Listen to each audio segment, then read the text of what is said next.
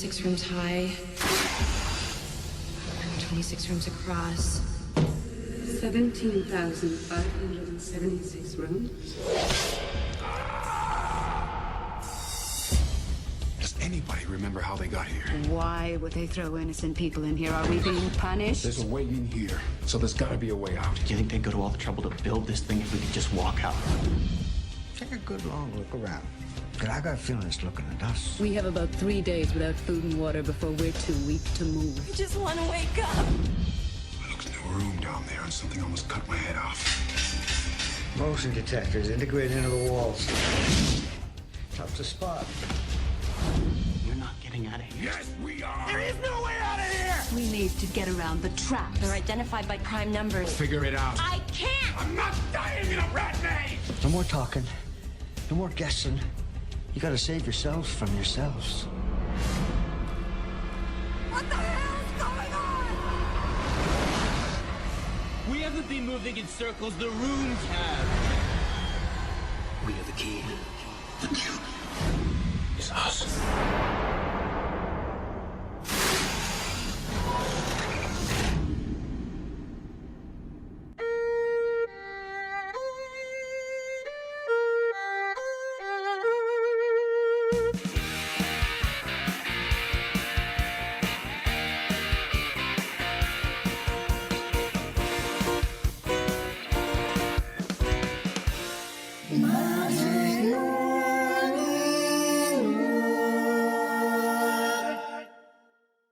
And then I guess we ease our way into it. Ready? Okay.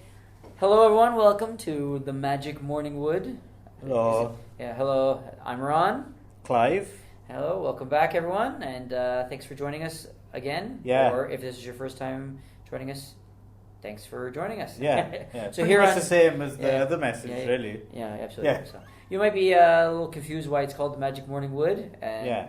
and we're not going to explain that, so No, it's okay. no. But If you can figure it out, we would actually be amazed. Yeah. I think it's Yeah. impossible for you to figure it out. But There's one guy who might know. really, yeah, What's his name? You know him. that was a great story. Yeah. What's his name? The guy who was on that movie with us. Oh, the So I guy think- in the movie, yeah. Because the other Canadian fella. Okay. Because I think we might actually have told him. Oh, really? Yeah. Okay, that's possible. So yeah. if he listens, he might so- actually okay. claim the. So there's your clue. It's something to do with the movie that we were yeah, in. and there's If a you Canadian guy. And there's a Canadian guy, and if you can figure out what movie we were in. Yes, answers on a stamp addressed Yeah, envelope. Anyway, but on the Magic Morning Wood, we talk about some sort of lesser known and cult movies and Mhm. movies that maybe don't get a lot of press or attention. Yes. Are they? And so We specialize in Siamese twins and gay bikers. apparently, yes, that's our forte.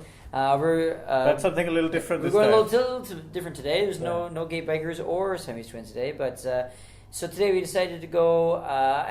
The reason let me just talk about why I chose this movie first. You know, Yeah. This is Ron's choice. Yes, this We- week we're alternating choices. Yes, This yeah. is my choice. So usually we choose. At least I've been choosing. I have been having a lot of difficulty choosing because there's just too much to choose from. I think so.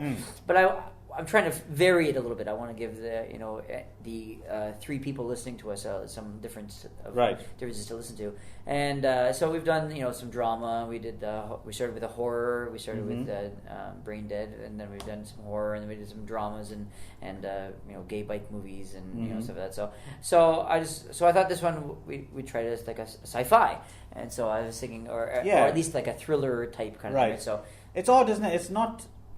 It's funny. It's one of those things you put in a sci-fi category for lack of any other for lack of category. any other to put in. category, exactly. Right. Yeah. right. What? By the way, sorry. Is this episode 6? Well, let's see. We did Brain Dead, and then Strozek, Twin Falls, Twin Falls, Idaho.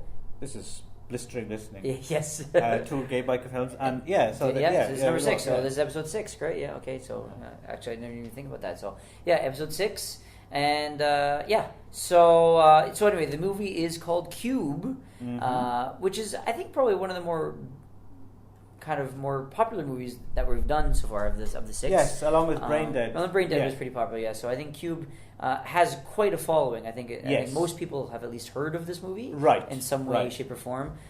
It is an independent movie. It's really Yeah. it was low budget. It was a Canadian film. Another reason why I chose it, because I thought it would be interesting to choose something a little bit, something from my home country. I am also Canadian. And Clive is not, so so we're going to. It's not it's not really a science fiction, but it's not really. I mean, you could consider it a psychological thriller, Right?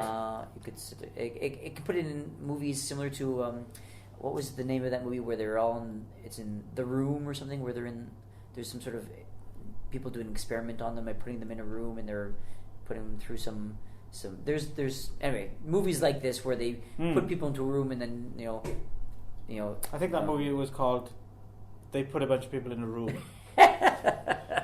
Who are they, right? From 1997 as well. Yes. So that was the other thing is that this is 1997. So this year being the 20th anniversary of All Cube. right. Yeah. So I thought that was also a really good way to. Is there anything going on for that? I wonder. Is there I haven't heard anything. No, big so. Blu-ray release or Yeah, something? maybe, or? but I haven't heard anything. So, but when it was released, it was released under like sort of a. I should have done my homework, but it's some sort of a Canadian sort of grant funding kind of. Corporation or organization. I can't remember. Right, the old tax shelter. Yeah. Things So it wasn't really like studio produced. It was produced by some sort of like a the guy who's trying to get funding for it, and he kind of got it through this Canadian organization, like a cooperative. Canadian like funding for the arts kind of commie Canadian, typically commie Canadian thinking. Yeah, goddamn Canadians. So as well, it's if you want to go by the IMDb listing, it's considered a drama mystery sci-fi. Right. Yeah, I guess if I ran a video store, maybe I would put it in the science fiction category. I guess. Because I mean, it could have something to do with science fiction, but I would, or even a thriller. I don't know. Anyway, but. The basic summary is I'll read down the basic synopsis is 6 complete strangers of widely varying personality characteristics are involuntarily placed in an endless maze containing deadly traps. That's pretty much it. And that's pretty much it in a nutshell. Yeah. So actually, this is it in a nutshell. Help! I'm in a nutshell. That's very good. I'm on fire today. I'm not editing that. I'm on fire today. I'll set you on fire. Yeah. So as just to get into it a little bit more, so we'll get to it in more detail in terms of I really want to talk about the pre-credit sequence, but just to put what you were saying into a bit more context. So basically, these characters suddenly wake up, right? And as far as we can tell from the start, they're in a cuboid room, right? And all these characters either wake up in the same room or what turns out to be an adjacent room, right? And on the inside, on the walls of this room, on each of the 4 walls, on the ceiling and the floor, there's like a kind of airlock type door, right? And it turns out that leads to another room that pretty much looks exactly the same, another cuboid room, except the colours change. Yes. And as you pointed out, some of them are booby-trapped. Right? Yes. So basically, they've no idea how big this thing is, or if there's a way out, or it's a very existential dilemma. Yes. Right? And there's lots of waxing philosophical about who put us here and why we're here, and was it the government or was it the military or was it aliens and was it the man, that kind of thing. And so one of the characters is a bit of a conspiracy theorist, and so they go off on why we're here and who put us here and what's the point of it and stuff, and which is a question that is never actually answered. So well, I think it's worth getting into that in even more detail actually.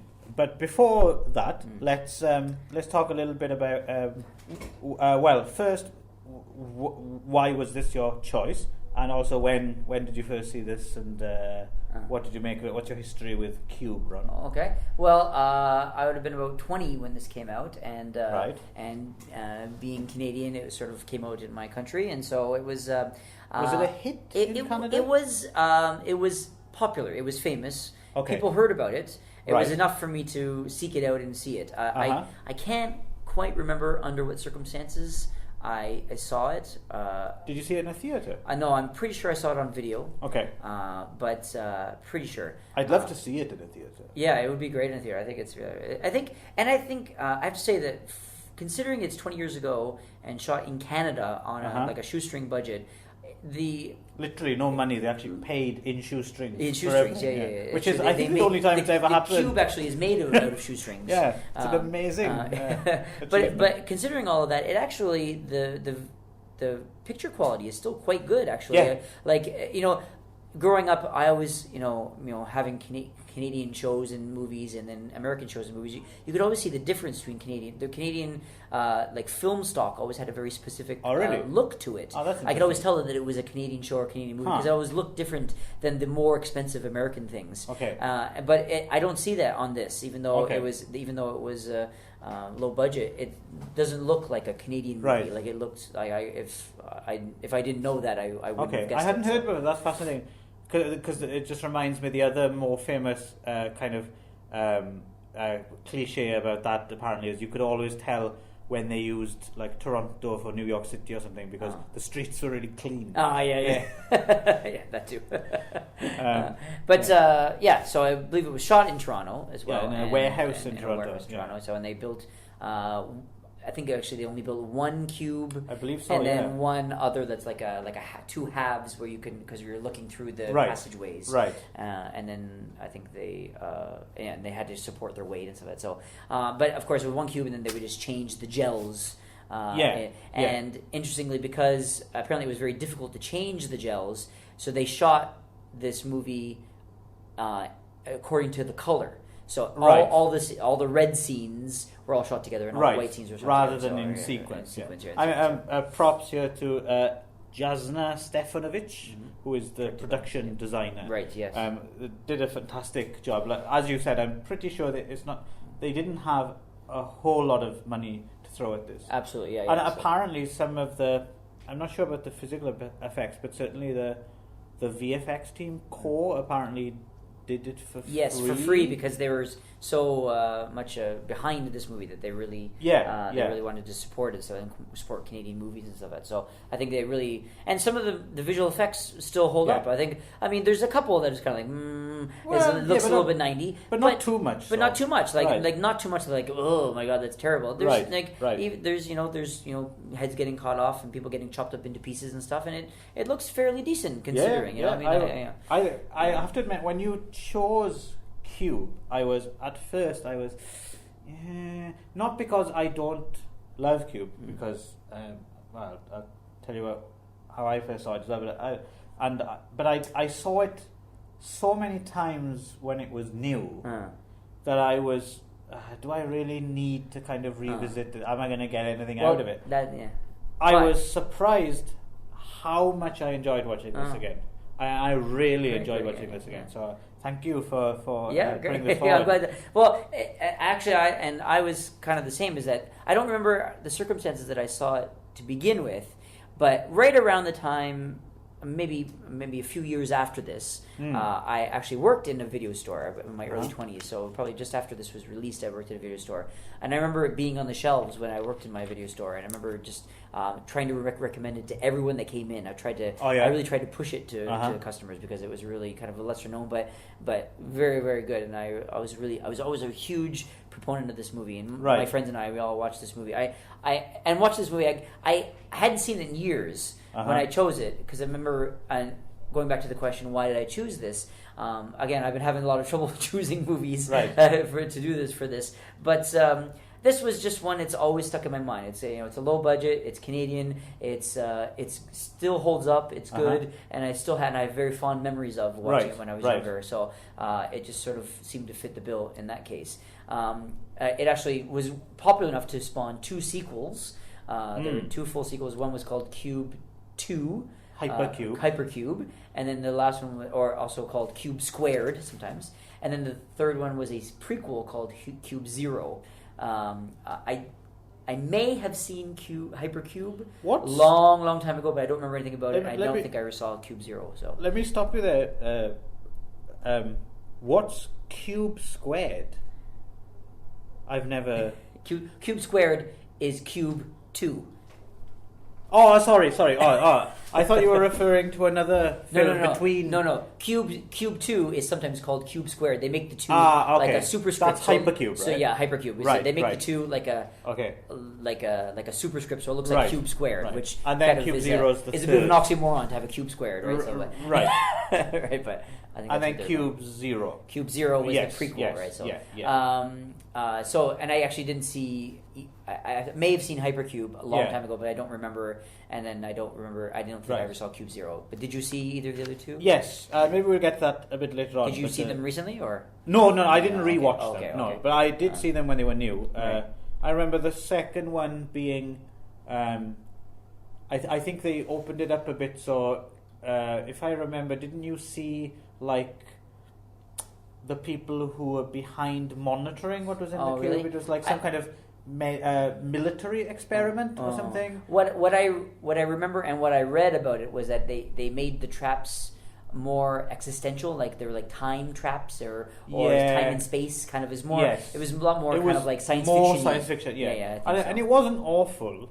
It wasn't awful, but it was nowhere near the the Tension, level of yeah, the first so. one. And then the Cube Zero, I think it's just law of diminishing returns yeah, at this point. But I seem to remember them both being like the kind of things that if you'd stumbled across them on TV or something and you'd never seen the original Cube, you'd think, oh, this is kind of, it's raggedy and not fully realized. Right. But this has got some really interesting ideas. If you didn't realize that they were all pretty much stolen from the original, Exactly, appropriated. So, yeah. And interestingly, also we are recording here. We live in Japan, and actually, Cube was quite popular here in Japan. It was huge. Yeah, it's very very big. And to I'm the point wondering where if- now they have other movies which are Right. like very very very Yes. very unclosely related. Yes. But there's I- one's very small element, but they call it Cube something, right? I have the list here. Actually. Oh, really? Okay, Yes. great. Yeah. I thought there was actually more, and then maybe, but 4 Okay. I came across. 2 of which I saw, and 2 of which I didn't. And they were, and I think this is the order they were released in Japan on DVD. There was Cube IQ, Okay. which was an Australian film called The Game Room, Okay. which I think was some people locked in a room. Oh, was that was the movie that called They Locked Some People in a Room, right? Yeah, that's the one. That's the AK. Yeah. And then there was Cube. You have to do the act. Cube IQ Hazard Cube IQ Hazard. Okay. was an American film called The Amiga Diary, Okay. which I also saw, which I think was like a. The people locked in the room, right? Yes, Yeah, right. yes. I'm wondering how many times we're going to do this. I think it was like Well, you have 2 more movies, right? So Yes. probably 2 more times, right? Looking forward to it. Here it There were comes. a couple of I think they were in a bomb shelter. I think it was like. Oh, in a okay. couple, yeah. And then Cube Hazard FX, these titles are getting more and more ridiculous as they which go. was a British movie called Bane. Okay. Say Not people stuck in a room. in People's Second. Yeah. Not to be confused with Bane, the Batman villain. Not that I Yeah, didn't see played it, by but I'm Tom Hardy. guessing. Yeah. And then Cube Next, Cube Next, yeah. which was something called an American film called Intellectual Property, aka Dark Mind, aka Some people locked in the room. Yeah. There we go. Nice. Comedy Gold. Oh. So Cube was big enough here that these films get rented on the strength of these tenuous connections. Yeah, very And on the tenuous. DVD art cover, they're always cube-like. Cube-like, yeah. Basically on the same design as the diagrams cube. of it, Yeah, exactly. Yeah, schematics yeah. and things. Yeah, lines and things. lines. Like Yeah. yeah, things. They have things. Yes. Things in their design. Neither of us, you may have guessed, are big on maths. Big on math. So, Math is thing. Anyway, so It's going well, this show. Yeah, it's great. so it was quite a big hit. Well, how about in Wales? Was it a hit? Well, no, there's actually because I think it's 97. Right? I think it came out like the tail end of 97, and I think from the way I remember it was, it got a lot of buzz at a bunch of festivals. It got a bunch of buzz at festivals, and it didn't go on general release anywhere until like mid 98 or something like that. And at that time, I was living in London. Oh, okay. And I used to frequent a shop in the Camden Market, which was kind of like a kind of cult movie kind of memorabilia store, I guess. I mean, they'd have like some videos and back issues of fanzines and stuff like that. But the biggest trade they did was they also sold bootleg tapes under the counter. Okay. Because we went into this a bit on the Mad Foxes episode before, but because of the censorship of the time, there was a huge booming underground tape trading scene in the UK. So it was mostly like you'd go in and you'd ask for like some obscure like Italian cannibal movie or something that was either cut or banned in the UK, and you gave like £10 or something, and they do you a copy or whatever. But also they kind of started doing copies of films that hadn't been released yet that people were eager to see ahead of the release. And I remember, I guess from either the summer of 98 or beginning of 99 or something, Cube started appearing in the little bag that they kept under the counter of stuff, because you'd go in and you'd ask for stuff, but also they'd have like stuff, And I remember the name and the buzz it had got, and then in, I guess, April of 99, I came here, and I remember going into a video shop, and Cube, I guess, must have just come out on video. And in those days, if you remember, you'd go to a video shop and you'd have like, I don't know, 20, 30 copies of like the big releases. So they still do that. Yeah, but like the latest Schwarzenegger film or something, and then smaller titles would have one copy each. Well, Cube was the massive. Oh yeah. It would have the whole shelf to itself, and all out. All gone, yeah. Like, I went a few times to the video store and couldn't rent it. So, yeah, it was a really big deal in Japan. And that's when I first saw it was, Was here in Japan? Yeah, I just rented it on video. And the Japanese video had on it as well, it had the director of Vincenzo Natali, his first short film, Elevated, which has David Howlett in it. Which was, I believe, what he shot to get the funding to make Cube, I think. Yeah, I think so, Yeah, to show it. And it's a decent little short, actually. I can't remember, it's like 5-10 minutes or something. So and it has, in an elevator, right? Yeah, so it has common themes with Right. Cube. So I think I read that he had shot that I've finally looked it up. It's the Canadian Film Centre's first feature project. It was the Canadian Film Centre were doing this project called the First Feature Project, and I guess they were giving money to new filmmakers. Right. And so he filmed this thing in an elevator to kind of give an idea of what Cube would look like if he shot it, and so that's why. Prior to that, I believe he was mostly a storyboard artist. Okay. I think that's where Vincenzo Natali comes from, is the storyboard. Right. Anyway, so Cube is and actually just going off topic a little bit, going back to whether it's a science fiction or not. The Wikipedia page considers it a science fiction horror film. So I guess you could have it in any of those things, right? So anyway, it's directed by Vincenzo Natali, and written by Vincenzo Natali, as well as a guy named Andre Bjelic and maybe Graham Manson, who I may be mispronouncing some of these names, but has only 7 people in the cast. a very small cast because they didn't really need it. They just have Right. They have the core 6 that they had at the beginning, Yeah. plus the one guy who gets chopped up at the very Right. first scene, right? Which So- is, and I suppose this is excellently queued up to go into it. This cube grabbed me from the beginning because it does have an awesome pre-credit scene. We should warn everyone that we're not really going to be very delicate about spoilers here. No. So if Yes. you haven't seen Cube, spoilers yes, alerts, yes. galore. Yeah. So So a guy wakes up. I think back in 1999, it was just a guy, but now it's Julian Richings because I've seen him in so many things since, right? Okay. Yeah. But I benefited from the time from not knowing who he was. Well, I didn't know who he was. Yeah.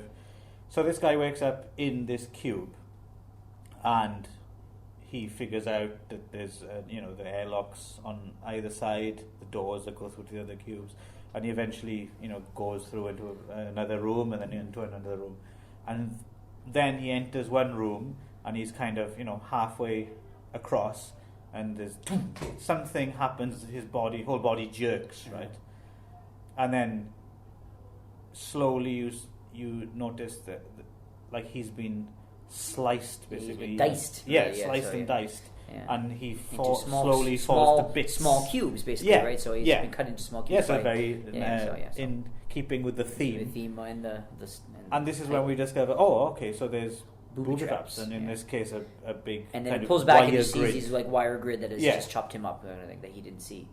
And I remember thinking, now that's a way to start a movie, right? That's, and then you get the title. Gripped from the beginning. It's very. It's like and it would have been very easy to have that kind of like the CGI of him being chopped up into pieces look really shitty and cheesy. Looks fine, but it looks pretty good. Yeah, it looks not bad. It looks not bad. And as you said, it holds up as well. It holds up 20 years later, even with a small budget. So whereas some bigger movies with more elaborate effects, which were considered shit hot in the day, look very hokey now. Absolutely. So you can never tell with these things, right?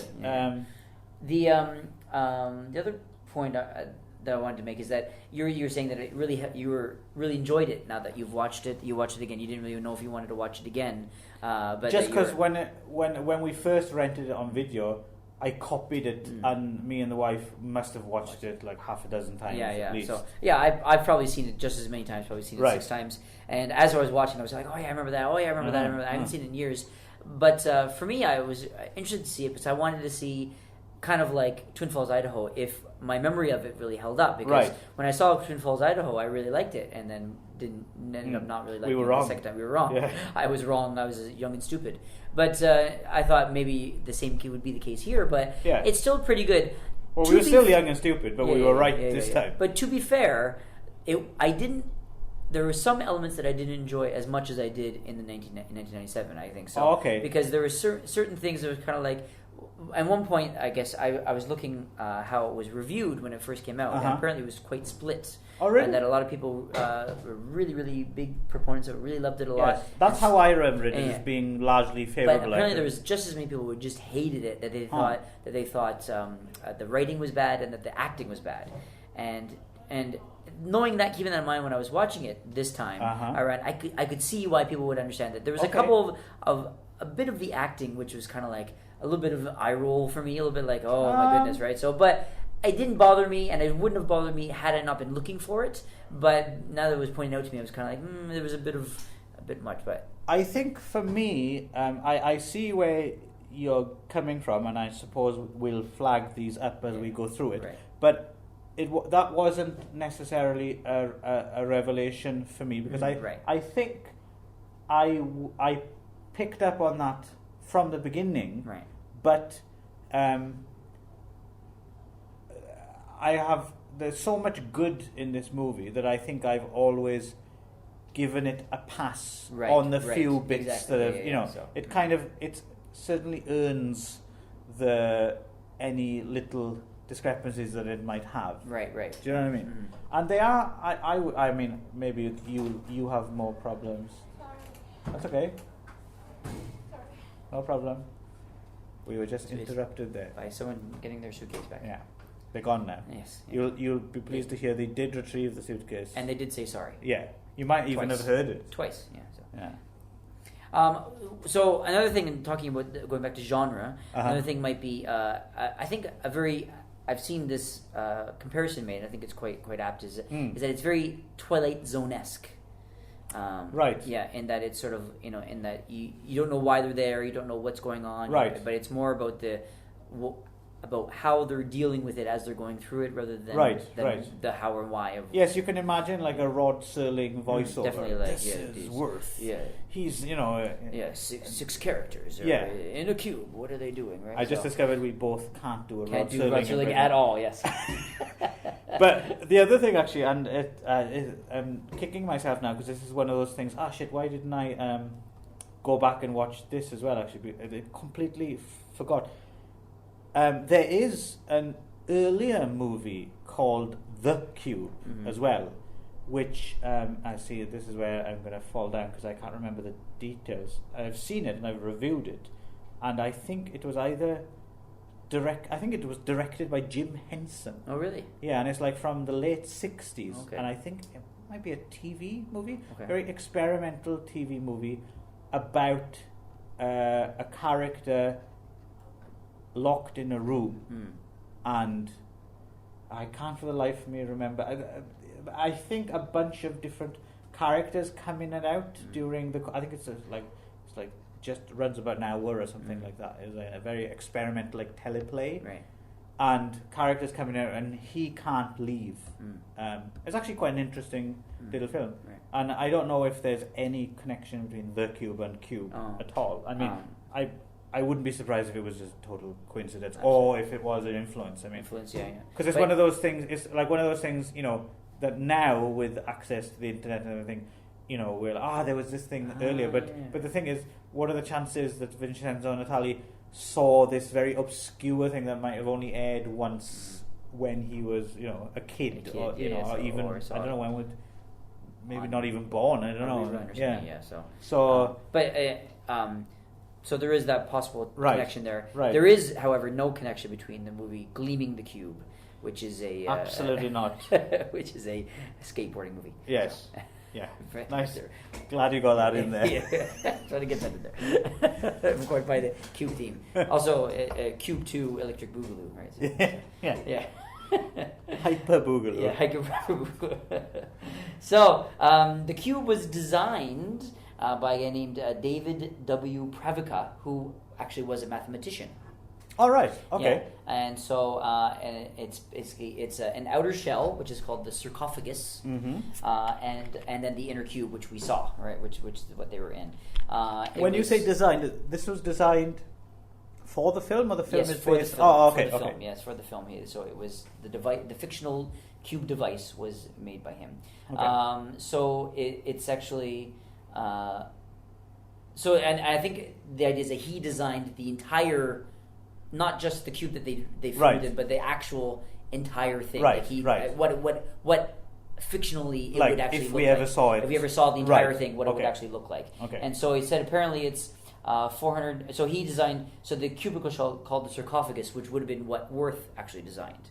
Right. Okay. As well. Maybe we're getting a bit ahead of us. Okay, We yeah, haven't sorry, actually sorry. explained what it is. But anyway, sorry. I want to Okay, give we'll that get to some- that. Yeah. But I just want to talk a little bit about the cube. So, but it's the outside is about 434 feet long, and it would be, and again, as they said in the movie, there'd be 17,576 cubicle rooms in there. Okay. Right. So, and then they all have number. Each room has an identification number, Right, which has right. three numbered numbers. Yes. Right? Well, So let's numbers. if we go through it chronologically, we can kind of. All right. We I can. didn't want to forget it. So. Yeah. No. Okay, so anyway, we get the guy. Yeah. So Julian after Richards, who the gets Julian chopped up. Richardson gets sliced into little bits. Right, into so little- his name is Alderson. That's right. Alderson, That's right. yes, Alderson. Which I didn't Yeah, pick right. up until the end credits. Right, yeah. So, but actually, it's written on all their jumpsuits. 'Cause Right, they- but you don't think to look right. The other thing, actually, I wanted to point out, now that we've got to the beginning of the movie, is that it's another thing similar to with Twin Falls, Idaho, which maybe our memories are not as as trustworthy as we think. Yes. I remember, and I think you mentioned this a little earlier, is that I remember a very, very clear memory of this movie of them all waking up in the same room.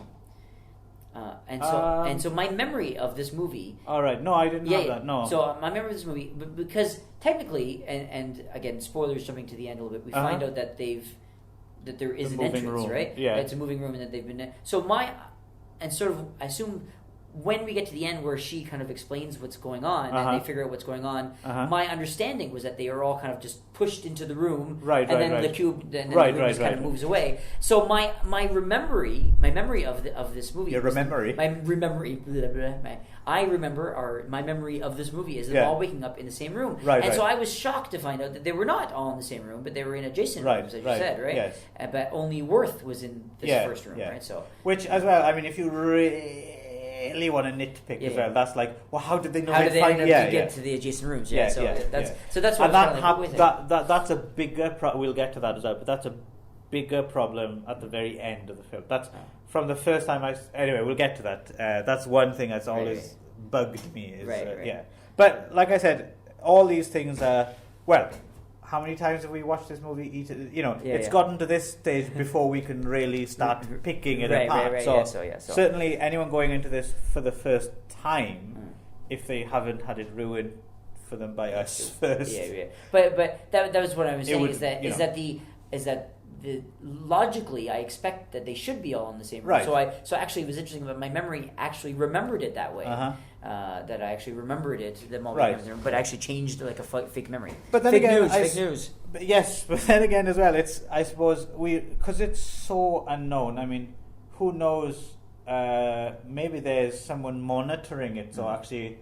It does make sense, and they waited, and they put them into ones that they knew would end up together, or whatever. So anyway, so we start with after we've got that cold open, we start with Quentin, our who we believe at the first is our kind of protagonist, Quentin, who is Maurice Dean Wint. Maurice Dean Wint. Oh, and also interestingly, maybe I'll mention this before we start going into the story, is that all of the characters are named after prisons. Right, and so we have Quentin, who's named after San Quentin. And then there is.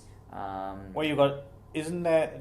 Don't two characters share? Yes, there's Levin and Worth. Right. So there's a girl named Joan Levin, and then there's also David Worth, and they go together as Levin Worth, which is Levin Worth. And then there's Kazan, which is a prison something to do with a Russian prison, or a town, like a prison town, or something like that. And then there's Holloway, Helen Holloway, who is a doctor, and Holloway is a woman's prison, and she's of course a woman. Right. And then there's Ren.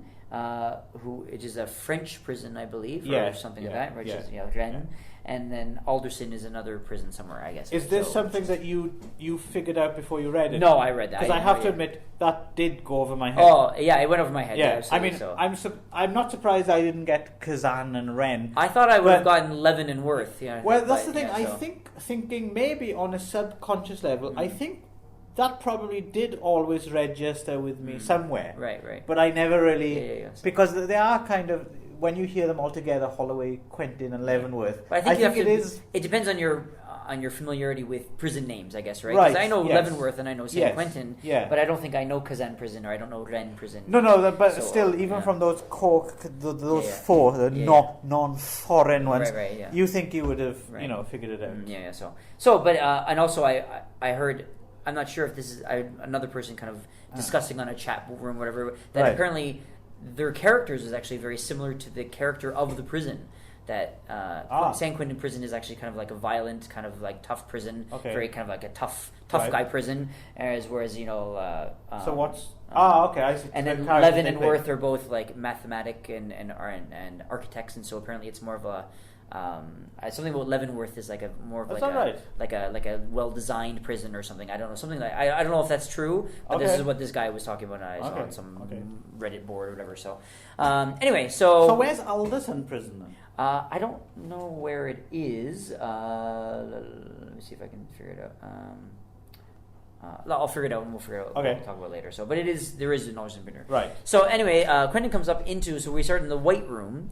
It's a White Room, and Quentin, we see Quentin climbing up into the room, and we see Worth, a guy named Worth, who is unconscious. Yes. And he's hit his head. He's bleeding a little bit from his head. We never really do find out why he was bleeding, though. Right. Yeah. So because we might as well go into the actors as we introduce them. Right. So let's just backtrack. Okay. So this Maurice Dean Wint guy, I noticed in the end credits, he's the guy who gets the and credit. Like everyone else is listed alphabetically. Yeah. And Morris Dean Wint. So, is Morris Dean Wint someone? Because, I mean, obviously he's someone, but I looked like through his filmography and there was nothing that jumped out, like even like there wasn't anything like at that time maybe he was heading a popular Canadian TV show or anything like that. Or, I don't. So I was wondering why did he get the and? Yeah, I mean, if you look at it, for example, his IMDb page, Cube is now his most popular movie. Right, so,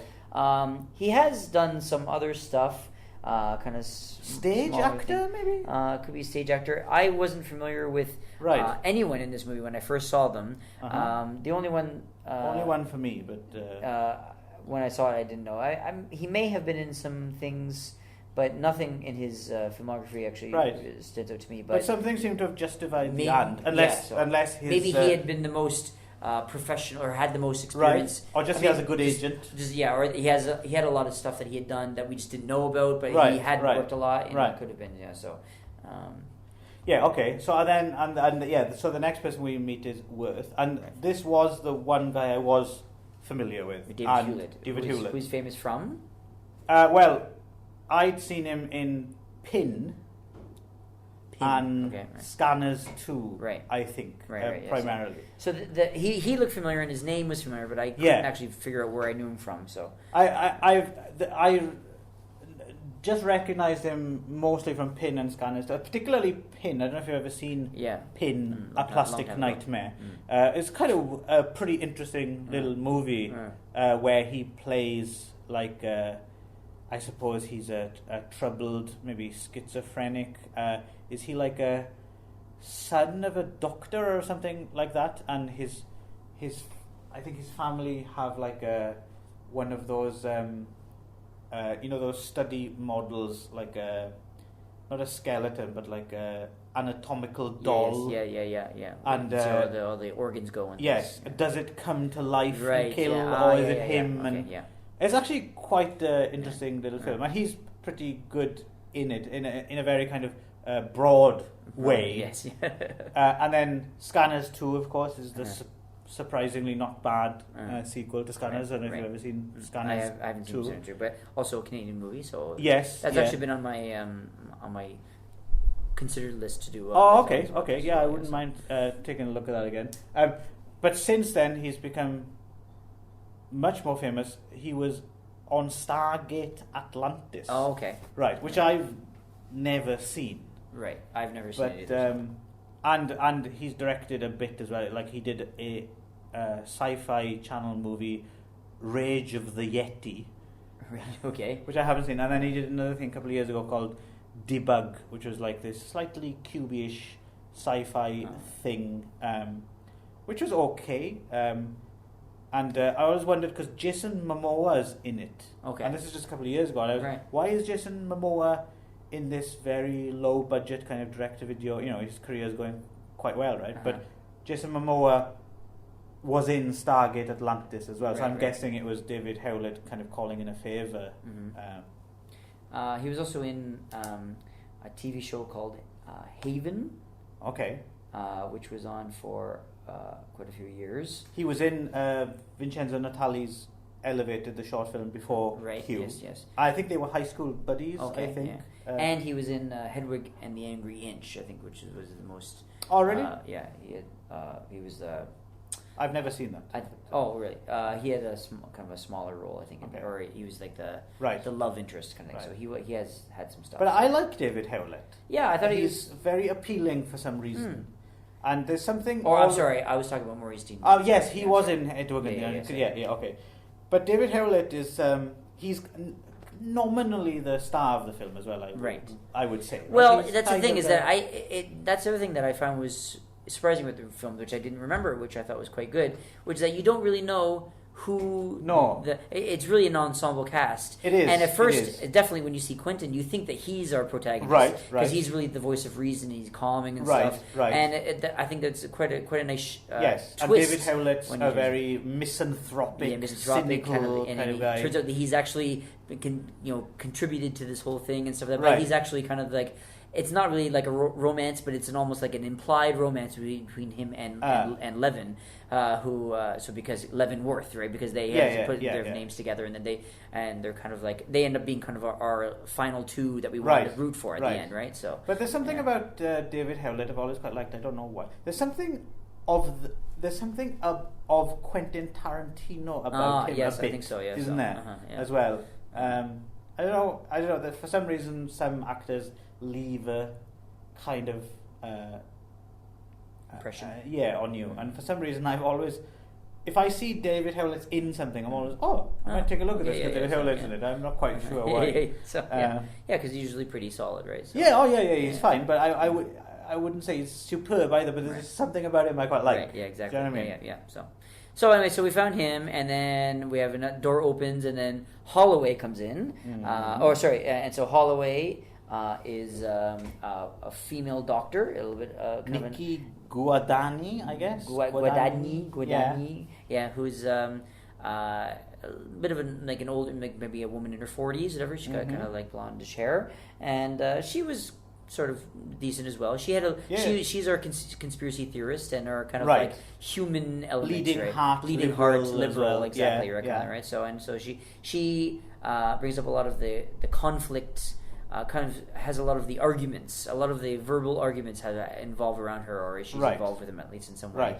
And so as soon as she comes in, Quentin attacks her, and then she gets very afraid, kind of hysterically afraid of him, and then he calms down and he tries to calm her down, and we see that maybe he's the voice of reason. He's because he didn't know what was going on, and then we hear help, help, help from an adjacent room, and we go and we open and we find Levin, who's played by Nicole DeBoer. Right. And so Nicole DeBoer, for me, is I like to talk about Nicole DeBoer for a little bit. So Nicole DeBoer was the person who I had the biggest impression with after I left this movie. I had a big crush on Nicole DeBoer after I saw this movie. And I was a really big Nicole DeBoer fan for a long time.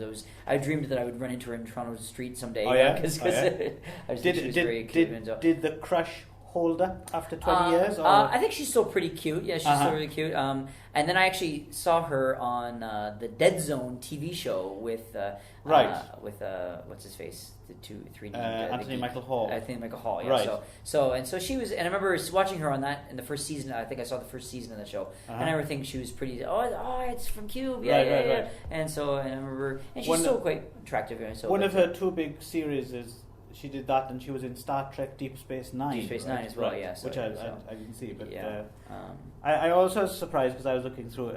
Surprised to find out she was also the star of Prom Night 4. Oh yeah, I'd never put that together. So. Yeah, so she. And she also played. Again, I didn't. Did you ever see that movie Rated X? No. Which was Emilio Estevez and Charlie Sheen. It was a TV movie where they played the Mitchell brothers. I did see that. I think I didn't know. Was it called Rated X? Yes. Because I did see that movie. That was filmed in my hometown of Hamilton. Oh, okay. It was set and filmed in Hamilton. I remember seeing them filming that movie when I was at home. I don't think I ever saw the. I'm guessing it's set in San Francisco, right? But it was filmed in it was filmed in my hometown. Yeah. So I remember them when I was living there. There was a big thing where Charlie Sheen and Emilio Estevez were here filming movies. That would have been your chance to run into Nicole. Yeah, I guess so. I didn't know. I think she played one of the brothers' wives. Oh, okay. I think. But I think That's not too bad. Rated X. I don't know if you watched it. Maybe I didn't. I thought I had, but maybe it's nothing special. But it's kind of it's not too bad. It's an interesting subject matter. Certainly, the two porno pioneer brothers of San Francisco behind the green door. I guess is their most famous. Yeah. I really like those kind of like biopics about like people in like the sex industries. There's also have you seen Breast Men? Oh no. Yeah, Breast Men was actually quite good too. I think it has David Schwimmer, I believe. It's sort of the guys who created the breast implants, and originally they did it for cancer victims, and then of course they ended up becoming famous because of the porn industry. Oh no, I don't know that. That's a quite good one. I recommend that one. It's called Breast Men. Anyway. Going off topic there. So Nicole DeBoer, we find That's what we're all about. Yeah, about the breasts. We're breast men. And going off topic. Oh, right. Onto breasts. So Nicole DeBoer is kind of hanging on a ladder across the room of an adjacent room, and so we don't really know why she's screaming help or what's going on or what's happening. But they go to try to rescue her. You expect there to be saying help because there's a booby trap, but they go and rescue her, and there doesn't seem to be one. So I didn't really understand what was happening there. But anyway, brings her into the room, and her glasses break. She has glasses on, and that's a kind of a significant thing that happens later. A little shard falls out. A small shard, Yeah. not cube shaped, but pie shaped. They missed the trick. Yeah. So came out, a shard comes out, and so she. And then the one from the above opens, the door above, and the ceiling opens, and we see Ren climb down. Right. And played by Wayne Robson, who died in 2011. Oh, okay. Now, I have a nice little tangent to go down here, yeah. actually, because as we do with these things, when we watch them, we do a little brief look through people's filmography if it leads anywhere interesting. Yeah. And this Wayne Robson guy, I was like, this guy looks really familiar. I figured it out. He's actually just familiar from Cube. In the end, but I looked through his filmography. And hey, I know you. You were in this movie. Yeah, pretty much that is what happened in my brain. But I went through the filmography carefully because he's one of these busy character actors. Right. And then just looking through and randomly sometimes things jump out. Right. And there was this thing called Goofballs from 1987. What's that? That sounds like a mid-80s sex comedy. Like a sex comedy, yeah. And I've heard of most of them, and I've seen them all, but Goofballs I hadn't heard of. Okay. So I looked it up, and It was like screwballs, yeah. well, that's the thing. It says something like another one of those Canadian balls movies of the mid-80s, and I thought, movies. yeah, as in Screwballs and Screwball. Right. you know. Okay, yeah. So I was like, okay, I just, on the off chance, I typed it into YouTube, and it's up there in its entirety, right? So a few nights ago, while we were eating supper, I said to the wife, I was like, do you mind if we stick on this probably not very good film, just to kind of have a look? Because, I do have a soft spot for dodgy 80s sex comedies. They kind of put me in a good mood, even if they're not very good, And I'd never even heard of this one, and Wayne Robson's in it, I'll check it out.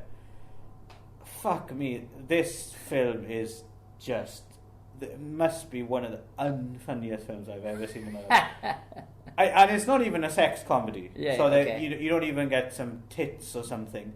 It's a alleged comedy about I couldn't even quite figure out what the plot was exactly. There's a guy who works at a golf resort, and 20 years previously he'd been the wheelman for some gangsters robbing like a warehouse, and he'd accidentally set the alarm off and driven away. So the mafia kingpin wanted his vengeance, so he phones him up and says, look, I've got some guys, they need to hide out. They come to your golf resort to hide out. So this guy has to go to his boss, and he has to make an excuse, and he says, oh yeah, they're actually Hollywood people, and they're going to be bringing all their film star friends like Clint Eastwood and Dustin Hoffman and stuff. So he thinks, damn, how am he figures out somehow, he's like, I know, I have a nephew who does impressions, so I'll get him to come here. It turns out his nephew is a really poor stand-up comedian, right? So, and they introduce him, he's on stage doing a really crap stand-up comedy routine. But the thing is, because the rest of the movie is totally unfunny, there's no change. So it's just more bad comedy. I no laughs at a really bad. So this guy goes there, and I don't know what the plan is. Like, he's going to imitate all these film stars all at the same time to fool the resort owner or something. So, and then there's some Arabs who are hiding gold or something. It's really, really. I made it like halfway through, but I did see Wayne Robson. Wayne Robson turns up as one of these gangster characters called Stick. Yeah. But I'm looking at That was a Robson's tangent. Sort of, yeah. That was Anyway, Don't watch Goofballs. don't watch Goofballs. It's for free on YouTube, and I was overcharged. Wim Robson actually is quite a. I'm looking at his filmography. He's quite a prolific Canadian. Right, well, he was, actor, yeah. or he was anyway. So he's been a lot of like Canadian stuff. He's been Anna Green Gables and all the a lot of other shows I see here, which are like Canadian based shows. So he obviously had a very full life. A lot of he did quite a bit. So Goofballs I don't think is one of his better outings. Yes, no. But anyway, but we find out. So he comes down. Sorry to harp on about this, but I went to the Goofballs. trouble of watching Typing in of G Goofballs. and O and O and another and an F and a B. Want and to an A. get my 2 money's Ls. worth from having watched this film. Right, okay, I'm done. I had to type. I got it out of my system. 9 letters. I want my money's back. I want my effort back. Okay. Anyway, so so Ren comes in, and so then That's my next choice, by the way. We're Yes, doing next okay. episode is Goofballs. excellent. Okay, stay tuned. Back to Cube. Must we? So now we've got basically all of our people together. We've got 5 of our people together. We've got we've got one missing yet, who Right. doesn't come in until a little bit later. So, but we've got 5 of them together, and Quentin tells everyone about the traps, right? And so he says that.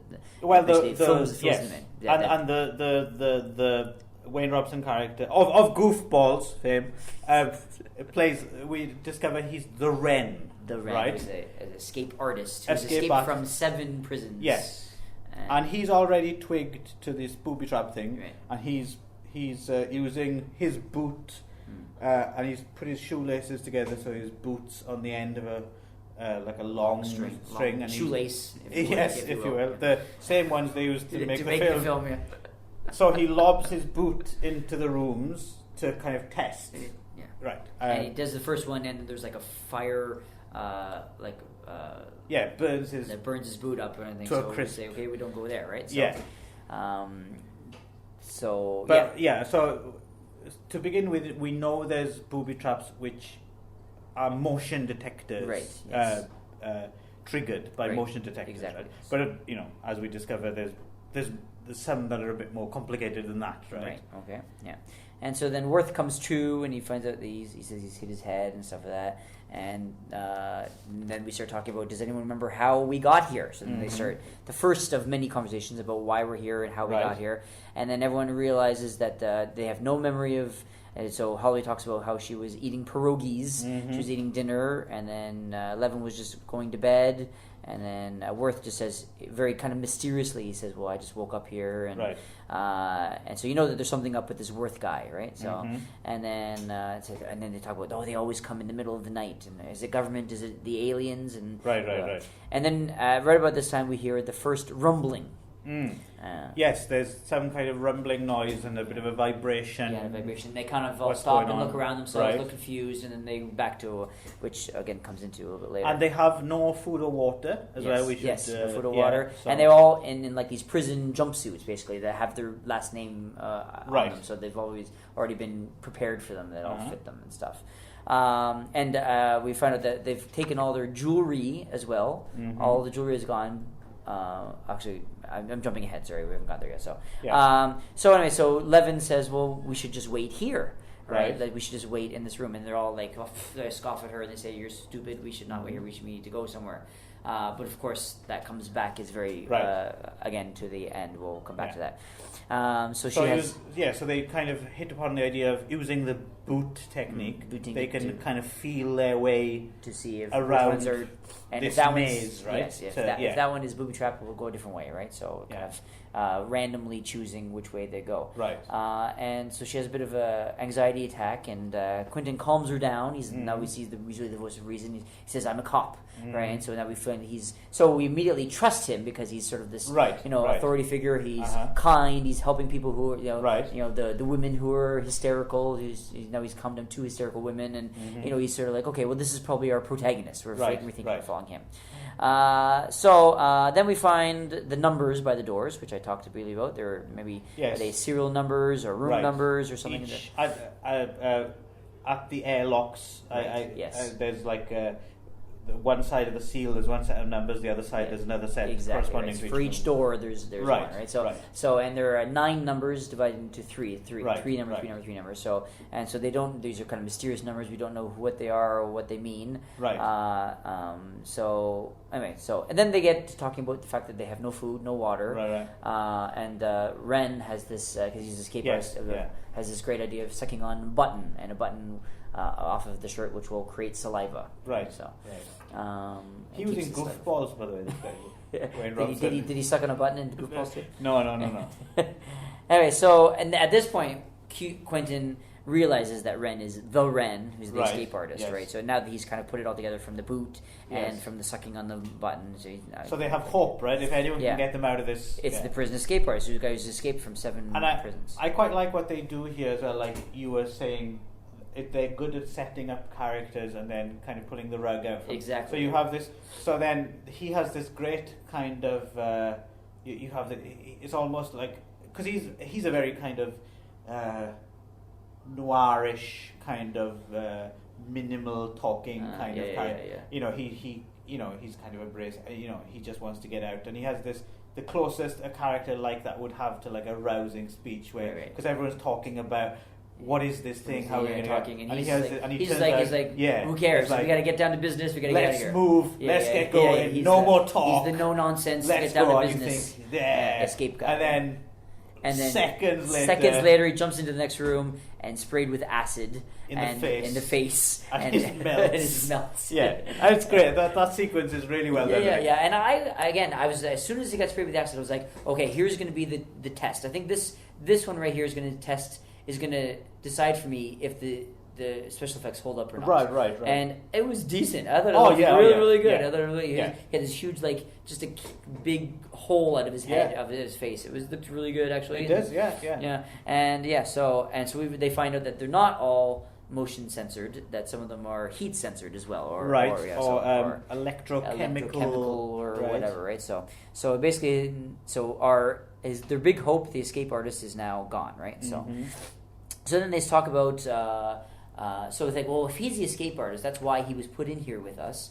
So then they start talking about, well, what does everyone do in the real world?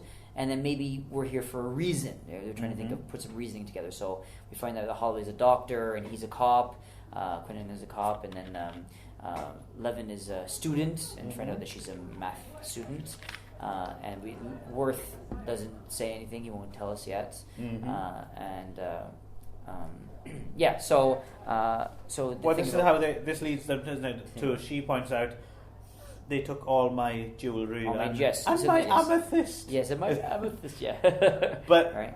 But Levin's been left with her glasses, right? Yes. So in this case, and she goes, well, why do you still have those? And like, because she doesn't need them other than for reading, right? Just to read. It's like, then there's an aha moment. So in this case, they want us to read. This is one of a few. I'm not taking away from the movie. Logic jumps. Yeah, well, no, these bits they're a little bit close to territory when they used to do in the Batman TV series when they used to solve a riddle.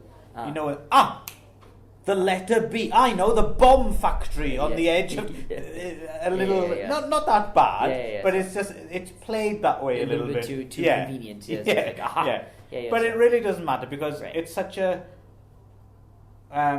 existential kind of cartoonish premise that I think it works. Right. I also was reading. I also heard it described as Kafka-esque in a lot of ways, right? So, well, I suppose to a certain extent, but not.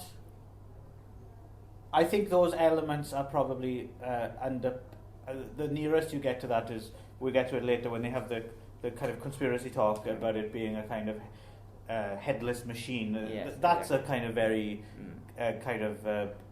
unstoppable bureaucratic machine. Right. Yeah.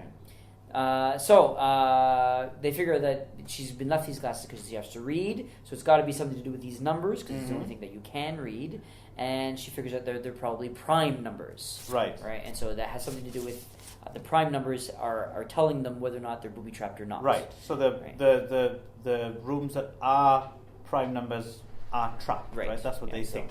Yeah. Right. Yeah. So one just offshoot I really want to I want to talk just a little bit about the design of the cube. There's another thing that I actually found surprising that I didn't remember.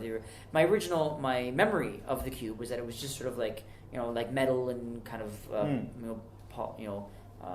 see-through glass, or like a kind of a glass, or like a plastic, like opaque kind of, yeah. Like, it was just like a chrome and metal with like a little bit of light kind of thing, right? So, but it's actually quite coolly designed. Like there's patterns and stuff, and they're actually really, really interesting to look at. Like I found myself like sometimes losing focus of what they're talking about and looking at the walls, and like it looks really. And I found also kind of curious why they never really thought to look at those patterns. Yes, I was wondering that as well, whether there was maybe some sort of clues or something. Clues in the patterns. Yeah, I think if I was there, I would have started looking at the patterns, figuring out if there's something in there. I don't know if there are, but you would have been hitting on Nicole DeBoer, yeah. So, which of course Quentin does, right? Yes, yes. At this point, they're kind of there's a slight flirtation, isn't there? You get this is. If we're gonna, we might as well go. Let's nitpick as much as we like. If the other thing that, let's say Cube is very close to being lean, mean, kind of 100% almost perfect for what it is. Right. Let's talk about these things that take it down to 99.5%. Yes, exactly. The one thing is and they're not terrible or anything, but they're just. They're more. They remind you of more conventional things. Right. So if they take you out the movie a little bit, is the montage bits. There's only like a couple of them where you just have them moving through the cube and then the voiceover, and then you have they have a little exchange. I'll take you to dinner, and that kind of, and it works. I mean, it works in so much as where his head is at they're getting slightly closer, right, in this kind of confined environment. But there's another sequence later on where they just all have a bit of a rest on the floor, and the camera just goes round, swirls, and shows them sleeping, and you have the montage, and I'm just like, don't really need that. You could have taken that out. So it's a very slight demerit point. I mean, if we're gonna, that's what we're here to do. I think, of course, the idea was to show the passing of time, that they're actually that they're actually being successful. That maybe this plan that they have with the prime numbers is actually working. That they're getting through, and it's even though it's a kind of criticism. I certainly wouldn't know how to do it another way. Right. So exactly. But if we're here to nitpick, then let's go for it. Yeah. In a montage. Yes, indeed. So learning, getting through the cube in a montage. Anyway, so actually that was my next note right here at the top of this page, which was montage of going through rooms. Right. So there we go. Right? Yeah. So I think I've written a bit too early. We're nowhere near finding Kazan yet. Not yet. No. Okay. Well, we're close, but not yet. No, okay. we haven't found it yet. So. As well as this, the tension's starting to mount a little bit as well, right? So Holloway is getting more and more hysterical, right? And Quentin is becoming more and more of a voice of reason and calming her down, and she's really keeping her, and so. And I have to admit, again, in the context of the movie, which does kind of. It's this very stripped down premise. So even though you are talking thumbnail sketches of characters, within that structure, the way the characters develop is quite well done as well. I think it's not, even though it's they are very broadly drawn. Within that, it's kind of nuanced and done gradually. I'd say. Yeah, that was the other thing that. It definitely they could have just been really like stupid stereotypes of characters kind of thing, but they actually did quite a good job of making. There was some bashing of the writing, but I thought, in some of the lines or the dialogue was a little bit unnatural sometimes, but I thought in general the characters were well drawn and very nuanced. But and it's difficult to tell sometimes. Is it the script or the delivery? Or the delivery, yeah. Like for instance, one thing the script. I think one is like, for example, that one about. What's it? Something along the line. Is that when he's talking to Worth? Is that your 2 cents worth? For what it's worth. Yeah, and like the pun on worth. Yeah. It's like, okay. And two of them as well. Yeah. But that my guess on. I'm just thinking out loud. But my guess on that was sort of like they were probably making those puns on set and then Maybe. decided to throw them in the script or something. You know, Yeah. they were written. Yeah. But So what I quite like about this is, like you said, it is broad strokes, but it's done fairly well the way it kind of escalates, right? So exactly. she's Holloway starts, she's convinced it's got to be the government or something like that, and then you have this, and Worth comes into his own here. He has that great little monologue about, no one's in charge. Big Brother is not watching you. And I always this is something I've quite like about this film that I've always taken away, that it is it's rare that you actually come across this people are either in the movie world, people are either kind of following the government line, or they're kind of whistleblowers, right? You don't often come across this, and especially not in 1997, where I think, certainly for me as a person, and our generation, I think a lot of, for instance, in 1997, I probably wouldn't have, or I didn't believe the official JFK. I wouldn't have agreed with the Warren Commission. I was very much in the the Oliver Stone kind of. Okay. Whereas now, conspiracy theorist. I'm not at all. Yeah. But it's interesting because even though Vincenzo Natali is obviously a little bit older, he's still. I think that's not just me. I think there's kind of been a generational shift. Would you say that our generation? He's actually 48 now. So okay, but he still, would have been 28 at the time when he made this movie. But you know what I mean. I think in that time, I think our generation has moved from tending to believe the worst of governments and institutions and believing in conspiracy theories to kind of now having gone over to the other side a bit more. And that's not just about getting more right-wing the older you get. It's more to do with actually understanding how the world works a bit more. Like there isn't a moustache-twirling villain at the top. Yes, exactly. So I think Q, it was kind of ahead of the game a little bit in having this outlook, and that struck with me at the first time I saw it. I thought, I like that kind of it just rings true somehow. This whole thing, Big Brother is not watching you. I've always been quite impressed by this element. Yeah. Actually, we didn't really talk anything about the director at all. So. Well, I was thinking we can do it now if you like. Oh, I was thinking at the end we could go on to what he's done. What he's done, yeah. Okay, so there you go. Some bonus behind the scenes stuff for you there, listeners. Great. How the podcast is put together. Me and Ron make these decisions. We don't discuss before we're actually doing this. We're just getting as you're listening to us right now. Okay, so but actually I was wrong, because actually this is right when Kazan arrives. Yeah. So they hear something. They basically try all of the doors, and none of the door. They're all booby trapped, so they're stuck. They're like, "Oh, what are we gonna do? We have to go back the way we came." Yeah. And so here, and so basically, they said the only one that they haven't looked at, they haven't tried, is the one in the ceiling. And of course, it becomes more difficult because you have to use monkey bars to climb yourself up. And they've got kind of ladders or handholds built in all the walls that you can kind of do it with, but you need some upper body strength to actually. I'd be do fucked this. going that, along. And if you want to talk about the nitpicking, I'd be fucked. That's what I kept thinking. I was like, I can't even do like 2 of those. I was like, if I had to do it, I was like, and I always try them when I'm in the park, and I'm like, fuck this. Yeah, exactly. So that was, if you want to talk about nitpicks, jumping ahead a little bit, when they all have to go down through the floor. Yeah. And I did not for a second believe that all those people could have done that. Right. That there wasn't even one person that could, even the autistic guy could do this with like. Only kidding, listeners. Me and Ron are actually in peak physical conditions. We are Olympians. Right. We are. So anyway, so they try the roof one. They open the roof one, and in falls Kazan. Right. Who is another our 6th person, and he has. Pretty kind of relatively severe autism. Yes, he's described as mentally handicapped. Or later on, as Quentin put it, the retard. The retard. Yes.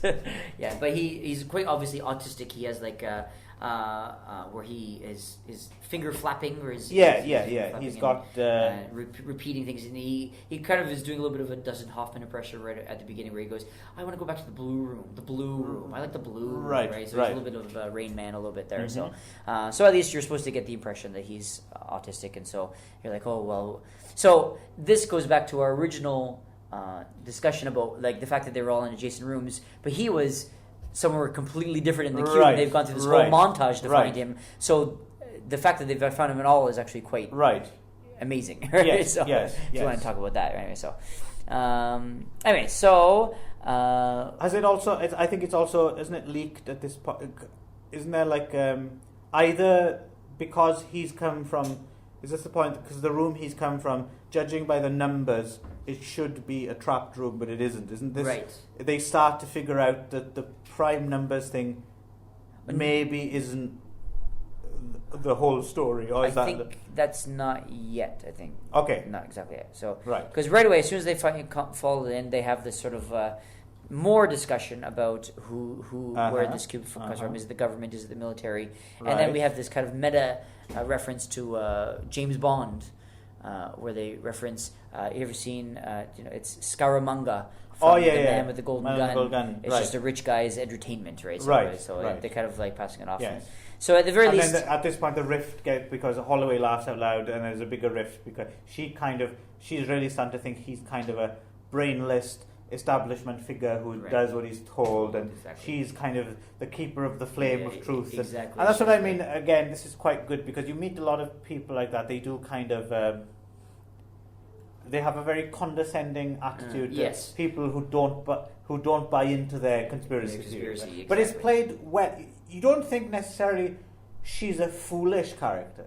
It's not like you think she's an she's idiot. out of her mind. Yes. Yeah, you just think it's quite well drawn. I think. Yes. Yeah. It budges the line. It's kind Yes. of budges up against the line. But Yes, it doesn't her go across character it. actually in rewatching this, I think her character was the one I got more out of that I hadn't on First time. previous Right, watches. okay, yeah. I think I kind of really appreciated her part this time. Anyway, so then she kind of laughs at him, and then she goes out. We find out that basically they're taking turns being the first into the next room. So Yes, just in case so boob just in stuff, case, yeah. So it's her turn, so she jumps in and immediately starts choking. Yes. And you're thinking, and so of course you as the listener and the audience and also the other people in the previous cube, they're all thinking, oh my god, it's gas. Right. Now we're in gas, and she's choking. And I didn't really understand what this point was, but she just has this whole big choking scene where she's and then she goes, "Oh, I swallowed my button." Yeah. It's just kind of like a. Did we mention that they're chewing the buttons? Yes, I did because that's Okay. that was what Ren did. Remember, right, right yes. before Ren died. Right? Yes. So anyway, so swallowed the button. Anyway, so then Quentin goes to the next one, and he almost gets killed.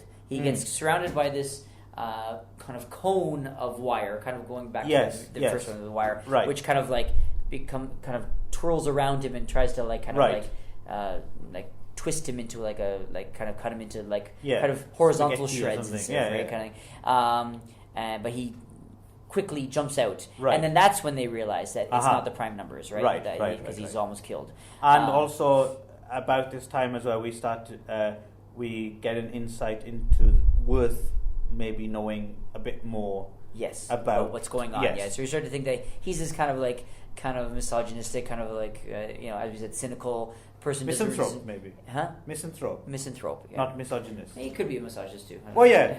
Okay, So, if you like. He hates all people, that includes women, right? So, but he also doesn't like but you can tell that there's a mystery surrounding him. He knows more than what he's letting on, right? So, yeah, and it turns out it slowly leaks out that he's actually been involved in the design of this cube. Right. But not yet. Okay. So we haven't got there yet. So they start to rethink the system, and then oh no, I'm sorry. It is that point. I'm sorry. Right. Yeah, sorry. Okay. I'm sorry. Sorry. Continue. I'm sorry. So it turns out that he's designed. What was it? He designed the outer shell, or was it? Yes, the outer shell. The sarcophagus. Right. Right. And so he's been aware that this thing existed, but he had no idea what it was. Although it does turn out later on, there's another conversation. He did know that people were being put in it. Right. Right? Yes, yeah. So. But it was, another more of the big brother's not watching you thing. The left hand doesn't know what the right thing is doing. Everyone's been assigned different parts and no one knows what the other part is doing Right. or what it's for. Chances are it's probably not for anything. Right. Or whatever it was for, people have forgotten the original, idea, yeah, it's so- like a out-of-control public works project. Right. Just to deepen that kind of theme. And we figured this out because Worth says that there is no way out. They had to figure out, but he says there's no way out. Right. So the fact that he says that, they kind of clue in, aha, yes. That there's no way it's out. It's another aha moment. Another aha. Yeah. Which again, a little bit of a nitpick for me. Yeah. If someone was in there and just said, there's no way out, just think, you would they're think panicking. they're panicking, Yeah, or they would just have no. But no, it's no aha. hope. Yeah, aha. Gotcha. You know there's no Yeah. way. Yeah, so it was. But I that was a bit of a understand stretch. it's a way of fast tracking it Exactly, rather yeah. than having another conversation. Exactly. Yeah. So it's again, it all these small things it totally earns because it's gripping It's from gripping the get enough, go. yeah, so it has enough other good stuff going for it. So then we get to he talks about what he knows about his design of the outside sarcophagus, and so then we have Levin, who is the mathematician, does some quick calculations and tries to figure out that because she kind of measures the room with her feet and figures out that it's about 14 by 14 or sorry, it's a 16 by 16 cube or 14 by 14 somewhere. I can't remember.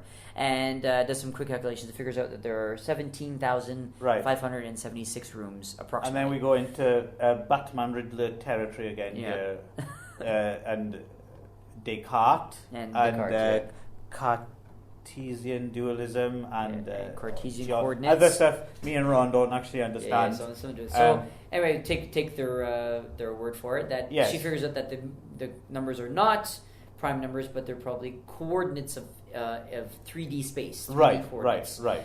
of where the room is, but in position that a room moves maybe 3 times or whatever. So, or what? No, because they don't know it's moving yet. So they think it's somewhere wherever the position is in the cube. Yes. So then they get to the next room. Yes. Yeah. Oh, go ahead. I'm sorry. No. So they get to the next room and we find out that this one is sound activated. Right. So we've got different kind of activated. So this one is sound activated and it has these knives, all these like knives that jump out of the room. And this is a very good tense set. Yes, right? yeah. This is because they have to get through the room quietly, which is hard enough. But of course, the Kazan character tends to outbursts, right? Has no control over it. Yeah. They have no control over So they have to kind of get across with so him. It tends to ramps up that tension even more. So and plus, we start getting into the territory here as well. Of there's a split where certainly Quentin thinks they can just leave him behind and come back and get him. And then Holloway, of course, is the bleeding heart. She's like, he's the monster because and then kind of then leaving people, it worth somewhere in the middle. They kind of And they all kind of side with Quentin because they figure he's got a point that they don't want to die because him to kill them. Yes. But at the same time, they feel bad about it. But at the same time, he's also kind of slowly showing his true colors as well, right? Exactly. That he doesn't really care. That he's not really the voice of reason. Or rather, he has this kind of deep rage inside and a need to take control, which is more to do with some very deep kind of problems, right? And inner rage and a darkness. So this was quite a good scene. I thought. I can tell when they were like sort of planning the movie that this was sort of like a standalone. Right. We really want to have like a sound operated one. So and I could tell that they really wanted that. The director and writers probably really pushed for this to be in. And it was good. It was very like tense. It's like the Mission Impossible heist on wires. Yeah, with the drip, the sweat dripping and stuff like that. So it's just, so they've got to. But so the thing is that they can't just walk through the room. They've got to actually drop in through the ceiling. And then get through, and so go across the monkey bars, across the monkey bars, and then down through, and then through the. So and they were quite clever by they, nipped all of the criticism in the bud by saying that, oh, well, I guess the sound of the door opening is not configured into the sound. So they saw that beforehand, so they wrote it in there so that people wouldn't complain about that. So that's what I like about that as well, is they kind of nip these things in the bud quickly. They own it, right? Yeah, they go own it for and it. they get through it. So they know there's a problem, but they just get through it, right? So anyway, so they all go through, and then Quentin goes last. Right. And so they've all gotten through. It's very, very tense. And they all get through. They're all very quiet. And I know Kazan's been holding his mouth, and then he is able to cross the monkey bars. Yes. I don't know how he did that, and they get through. And then Quentin comes in through last, and he's just at the door. And they're all really happy. They start to get happy that they've made it. Yes. And Kazan goes, ah! Yeah. And then the noise comes, and then Quentin kind of like jumps through and throws himself through. And now he freaks out. And he freaks out and tries to kill basically beat the crap out of this. And Holloway tries to stop him. And then he goes full on crazy you guy. Woman! Yeah, full on asshole, right? Yes. So then we find out that maybe he's not our protagonist after all, not really right, and he's even a potential abuser. Antagonist. He might be the villain of the piece. Yes, and we also find out he might have been beating up his wife and kids, right? Kids in the third, and there's a scene later on where that's kind of more or less confirmed. Likes younger girls. He likes, they finally and they end up opening the door. Plus Levin goes right off him at this point as well, because when he lays into Holloway, it's a very kind of that's certainly a misogynist rant, isn't it? Yes. So and she's like, "How dare you talk to her like that?" So so he's not getting any. He severed that tie as well, exactly, right? Yeah. So he's pretty much on his own at this point. Yeah, so. He's isolated himself, and now you start to realize, okay, he just wants to get out of this himself. But at the same time, they still don't abandon him yet. No. Because but they'll need him to get through, right?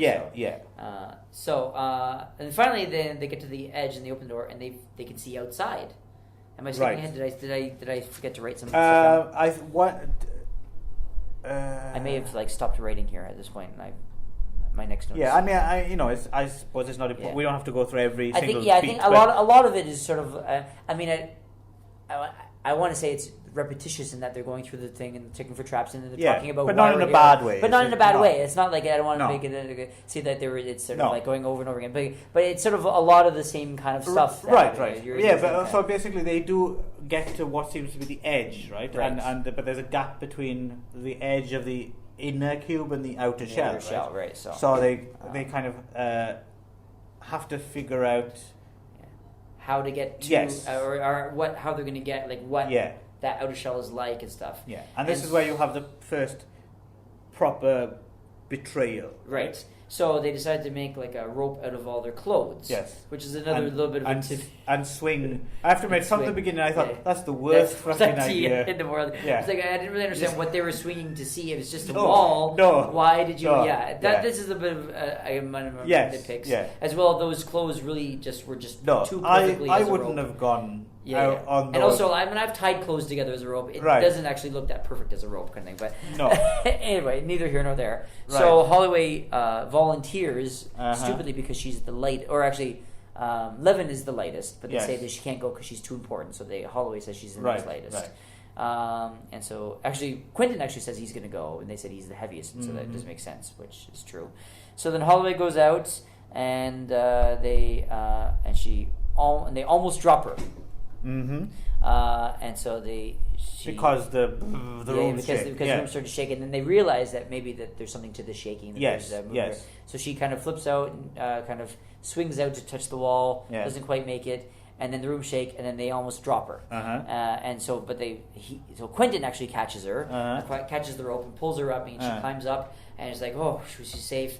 And he grabs her by the hand and he looks her in the face, and you can tell that because they've had these arguments out of she's for him it's worth it for him to just not have her in his face. Yeah, she's not doing anything for him. Yeah. So in this case, she's actually working against him. So it's best so he lets his hand go and drops her, and then he comes back in and says that it was actually an accident, that she slipped. Right. So, the one thing I know, note I made here, and I'm not quite sure how to really articulate this, but I was wondering what you thought about this. There's something about this when they put the clothes together and they're letting her out and everything. Just the way that all the characters have already had, tiffs between each other, but they're still kind of working together to get on.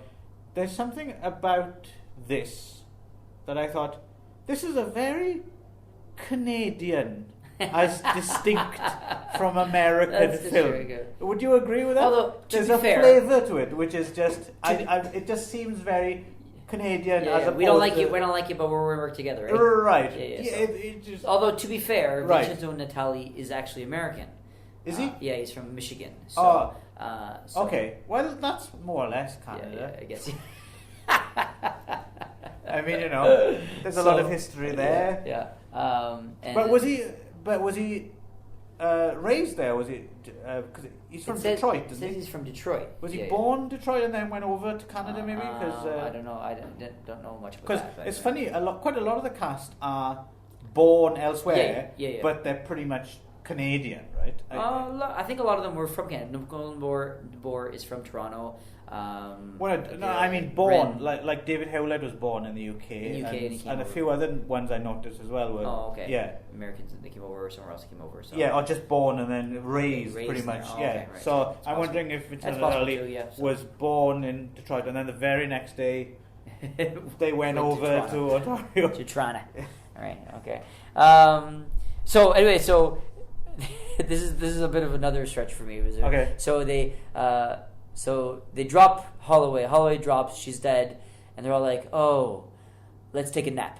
Right? It was like the next scene is that let's take a nap.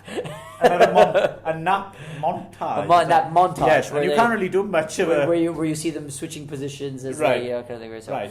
Yeah. Yeah. And so then Quentin wakes up and for some reason decides to kidnap and molest Levin. Right.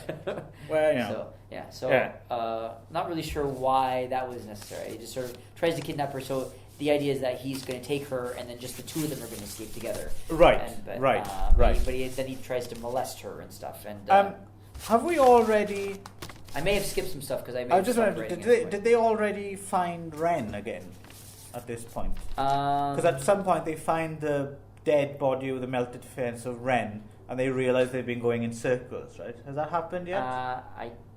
Anyway, it happens. Let's put it that way. At some point, it happens, right?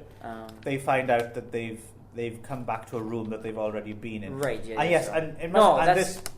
It must be very soon. It's later because that's when they find the glasses, right? So it's closer to the end. Isn't that a different room? But then I think they find no, the glasses are. it's around the same time though. No, because it's not the original room, right? Because it's not the bridge.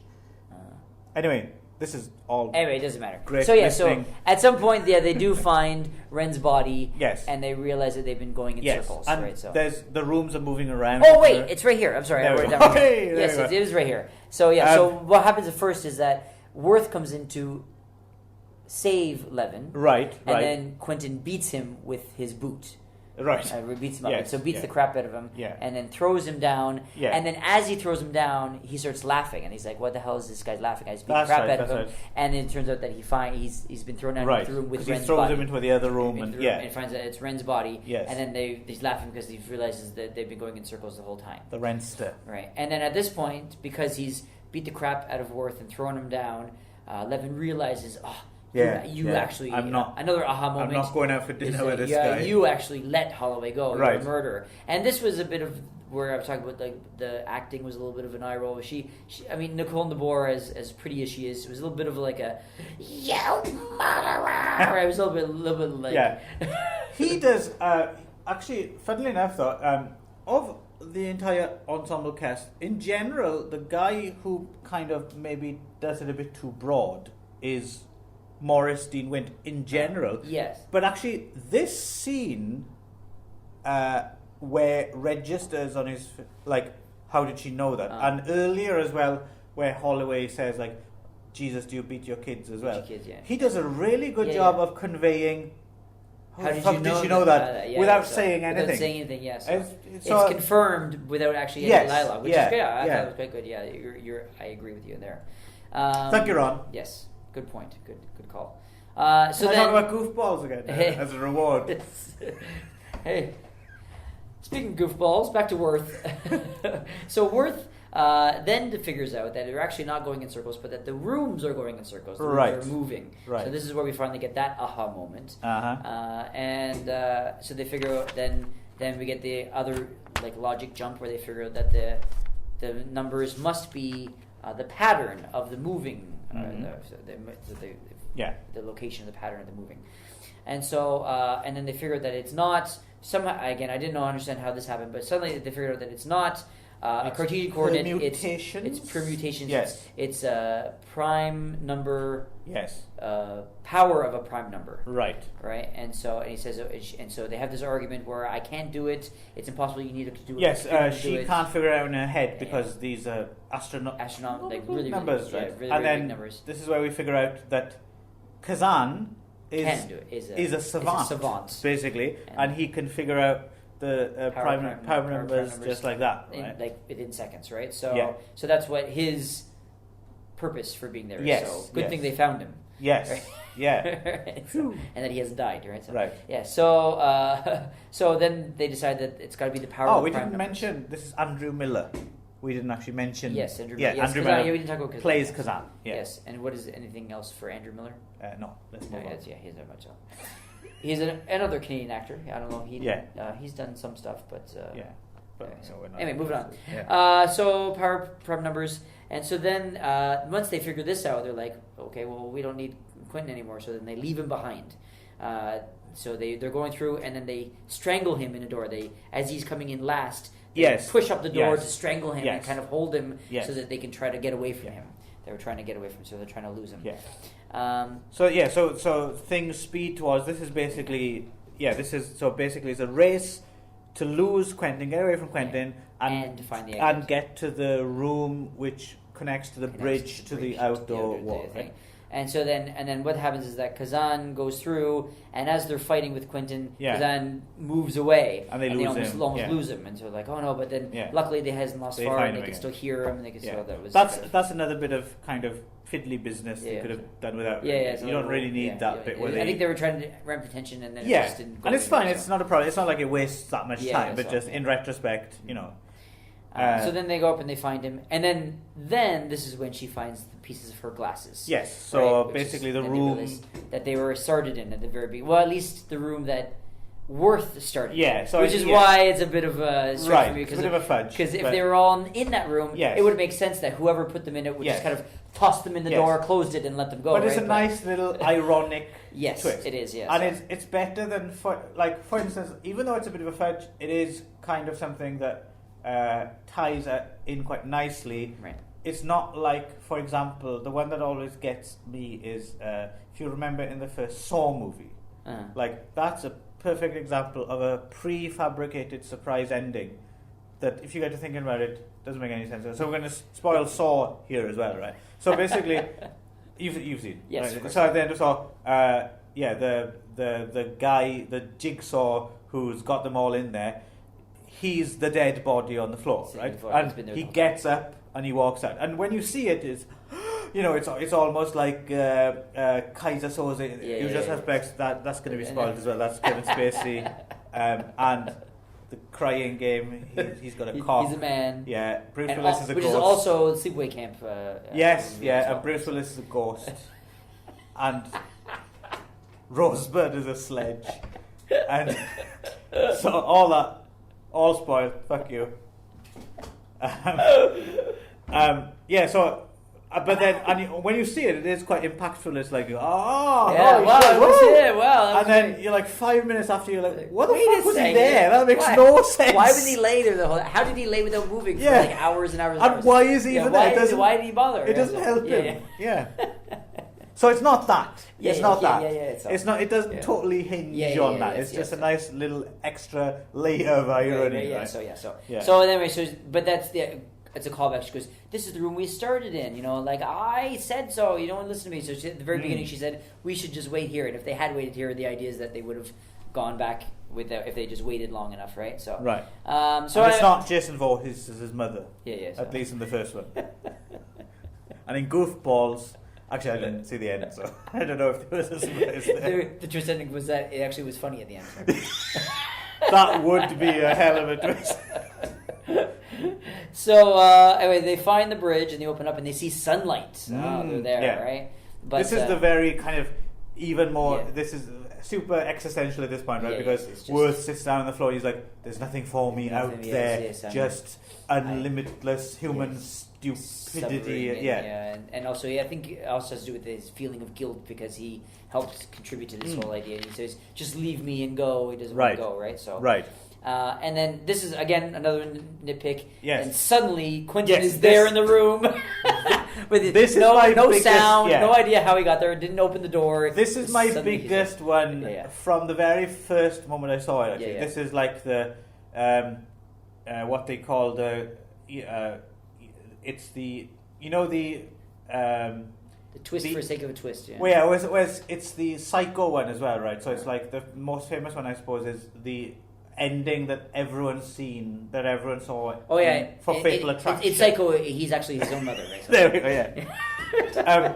In Fatal Attraction, everyone's seen Fatal Attraction. It's basically she turns up at the end, and it's like about.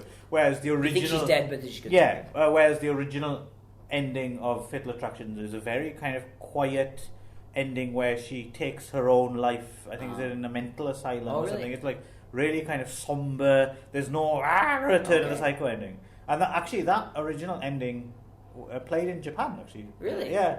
And so why did they change it? Because the people didn't like it. I don't know if it was like a test screening thing or just the execs said that's not a very slam bang kind of Oh, ending. okay. And I suppose in terms of if they wanted a hit, I suppose they did kind of do the right thing because it's easy to poke holes in it now, but I suppose at the time that return of the Psycho ending was a bit more kind of I didn't expect that, this has always annoyed me. Like, how did he find totally randomly found them? It wasn't even so much that he found them because they were talking. I guess you could say that he heard them, he could hear them. But the only thing is that of course those doors make sounds when you open. Oh, wait, he just suddenly pops up. Yeah. He was in the room. So he had to have opened the door to get in the room. Right, So that was what I didn't. Yes. I was like, there's no way he would have gotten in the room without them. Yeah. knowing, So basically, right? Levin gets a spike through her, right? Well, it's one of the door Yes, handles. So also yeah. the other thing is, how did he get the door handle off? It's like Without metal. making any noise. He just ripped it off with his bare hand, metal off with his and bare he's hands. a big guy. Yeah. Plus, Worth is like looking in that direction. Yeah, exactly. Yeah. No. This bit is it's the biggest hole. Biggest problem, yes. But okay, so. this film has so earned it. Yes, I you agree. Yeah, genuinely. You say, it's okay. Yeah, forget about it. It's fine. It's fine. Don't worry about it. So anyway, so he takes this door handle and stabs Levin, Uh-huh. and then stabs Worth with it. Yes. Right, so they're both like bloody and dying. And then so he thinks now he's gone full psycho, killer antagonist villain, right? So the guy, which is good. So the guy who he thought was the good guy at the beginning now is the bad guy, right? So it's a little bit of a twist in that case, right? So and plus as well, the misanthrope is just about to give his own life, right? To say because obviously now you think he's dead, so it's Psycho, Quentin, and Kazan, who's very much a kind of vulnerable figure, right? And he's just on the verge of getting out, but Quentin's, to try and grab him and look red on my hands because he's got the blood. You're giving me a smirk there on as if you're about to say something amusing. No, I was just thinking about spoilers. Oh, okay. Well, I think we're way past. But Worth manages to find just enough strength and energy to hold on to Worth's legs as he's kind of going through the portal, just as the rooms move, right? So Kazan's safely on the other side. Yes. And he gets. I like how they do this as well. There's no real go effects. I like the fact that you get a shot from the outside of the cube moving along the wall and going down, and you just get a smear of blood red across That's nicely done. Yeah, I thought it was good. Yeah. It was simple. They simple didn't and have efficient. to go Effective. They didn't have to make something, but because they've proven they've proved earlier that they could have if they'd wanted absolutely. to. Yeah, so yeah. But they didn't need to, and it's just that little smear is all you need Is all to you know. need to know that what's happened to him. Yeah. Kind of thing, right. So, but again, that was another thing is that he's also Right. Worth has also come back to do Yeah. the same thing, right? So And Kazan is left by himself. I guess the last one you would have put your bet on to survive. which again is a bit of the trope where that they're Yeah. like the least likely Yes. person is the one that survives. But right? So- and then again, he goes, but of course he goes into this like very like existential light. It's not Yes. like it's not just like a realistic sunlight. Like he goes No, into no, like no, this. it's, It's just like complete, white complete expanse. white expanse. Yeah. So you don't even know where he's going or what's Right. happening or where he's if there's No. yeah. So But that's very much in keeping with the whole thing, right? absolutely I mean, right. So you it's don't know what's out there, right? So. It's not uneven in that way. It's consistent Absolutely, all the way it through. does, Yeah. So, So yeah, and like I said, watching this again, I was really impressed. It really held up. I really enjoyed watching it. It wasn't just like a, watching it and kind of admiring it but not enjoying it. I mean, I actually enjoyed watching it again. watching Yeah, it so again. it's like, oh, I'm glad I got to watch this again. Yeah, so Mm. so it was a good thing. As a little aside as Uh-huh. well, it I know. may interest you to know Yes. that I have been in a cube myself. Really, an Yes. actual one. Well, many years ago. I've been in a box. And boxes. are Okay, that's good. Many years ago, there was here we go, a really bad pun. This really won't make sense. Well, we'll explain it. There was a show on a late night show, Uh-huh. and it was called, here in Japan, it was called Archimedes. So, Okay. Archimedes, right? Okay. Which, as you spell it out in the phonetic katakana or hiragana, it's Archimedes, which also, trust us listeners, this is a very bad pun. It's also Aruku, walk, me, I, or des. So like so it's The walking eye. yeah. So it was Archimedes, but the logo of the show was eyeball on legs. Oh, okay. It was like The walking eye. oh, I see, it I was see. pretty bad. Cool. And it was a late night show where they had like parodies of popular movies, and they had Okay. like Reservoir Dogs, and there was a Cube one. Okay. And I was in the Cube one. Oh, really? Yes. They built it. It was an NHK show. They built the actual Cube set in the NHK studios. Really? So I was. Did it look similar to the one in the Yeah, it wasn't bad. With the patterns It and didn't stuff? have the monkey bars. It was very Or the stripped down. patterns? No. No. So it didn't look anything like the one in the But movie. the colors though. No. No It colors. was So the white. No. completely different then. Yeah. Okay. Yeah, but exactly the same. Right. Okay. But they did a fairly good job. I mean, you knew what it was, and I guess I was the Worth character. Okay. I think you'd have enjoyed because the Levin they got did look a lot like Levin. Oh, yeah? Actually, Okay. yeah, and their idea of a kind of the fourth wall breaking ending. So basically, our version was rather than we had booby traps, but it was like. It was supposed to be funny, so it'd be like you'd go into a room and then like an old Japanese spinster would pop up the floor and start shouting at you, telling you off, Right, or gotcha. something Right. silly like that, or Okay. like some guy in his underpants Right. Yeah. would do a bit of funny dance or Mhm. something. But at the very end, when we escaped the cube, we emerged to NHK Studios. Wow. Yeah, That's deep. tell me about it. But So yeah. you lived then. Huh? You lived. You didn't die. Yeah, oh sorry, another spoiler for the NHK show Archimedes. Yeah, so I spent 2 days in NHK Studios in a cube, and it was kind of fun. I quite liked being in a cube. Yeah. So there you go. That's my little additional Cool. cube Well, yeah. story. So I did want to talk a little bit about. I have a little bit here about the way they made the cube and the way they designed the cubes. I want to talk a little bit about that. Yeah. So as I was saying earlier, before I was interrupted, Mhm. The outer Who did shell. that? Who would interrupt you, Ron?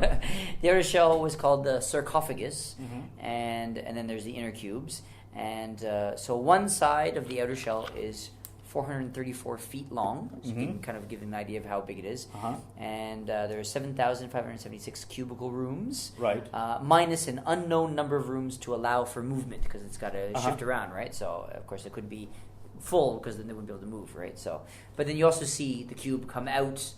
That there's a cube space between Uh-huh. the cubes and then the outer wall, so which means that they can go. It's almost like Right. an outside Right. place that they go around, and all of those have a side length of 55.5 feet, and then there's a space of 55.5 feet between the cube and the shell, and then they have the identification numbers. And these numbers, it says here, they encode the starting coordinates of the room, and the X, Y, Z coordinates are the sums of the digits of the first, second, and third number, respectively. So you can figure that one out. Just took me for a minute. And the numbers also determine the movement of the room, and the subsequent positions are obtained by cyclically subtracting the digits from one another. The resulting numbers are then successively added to the starting numbers.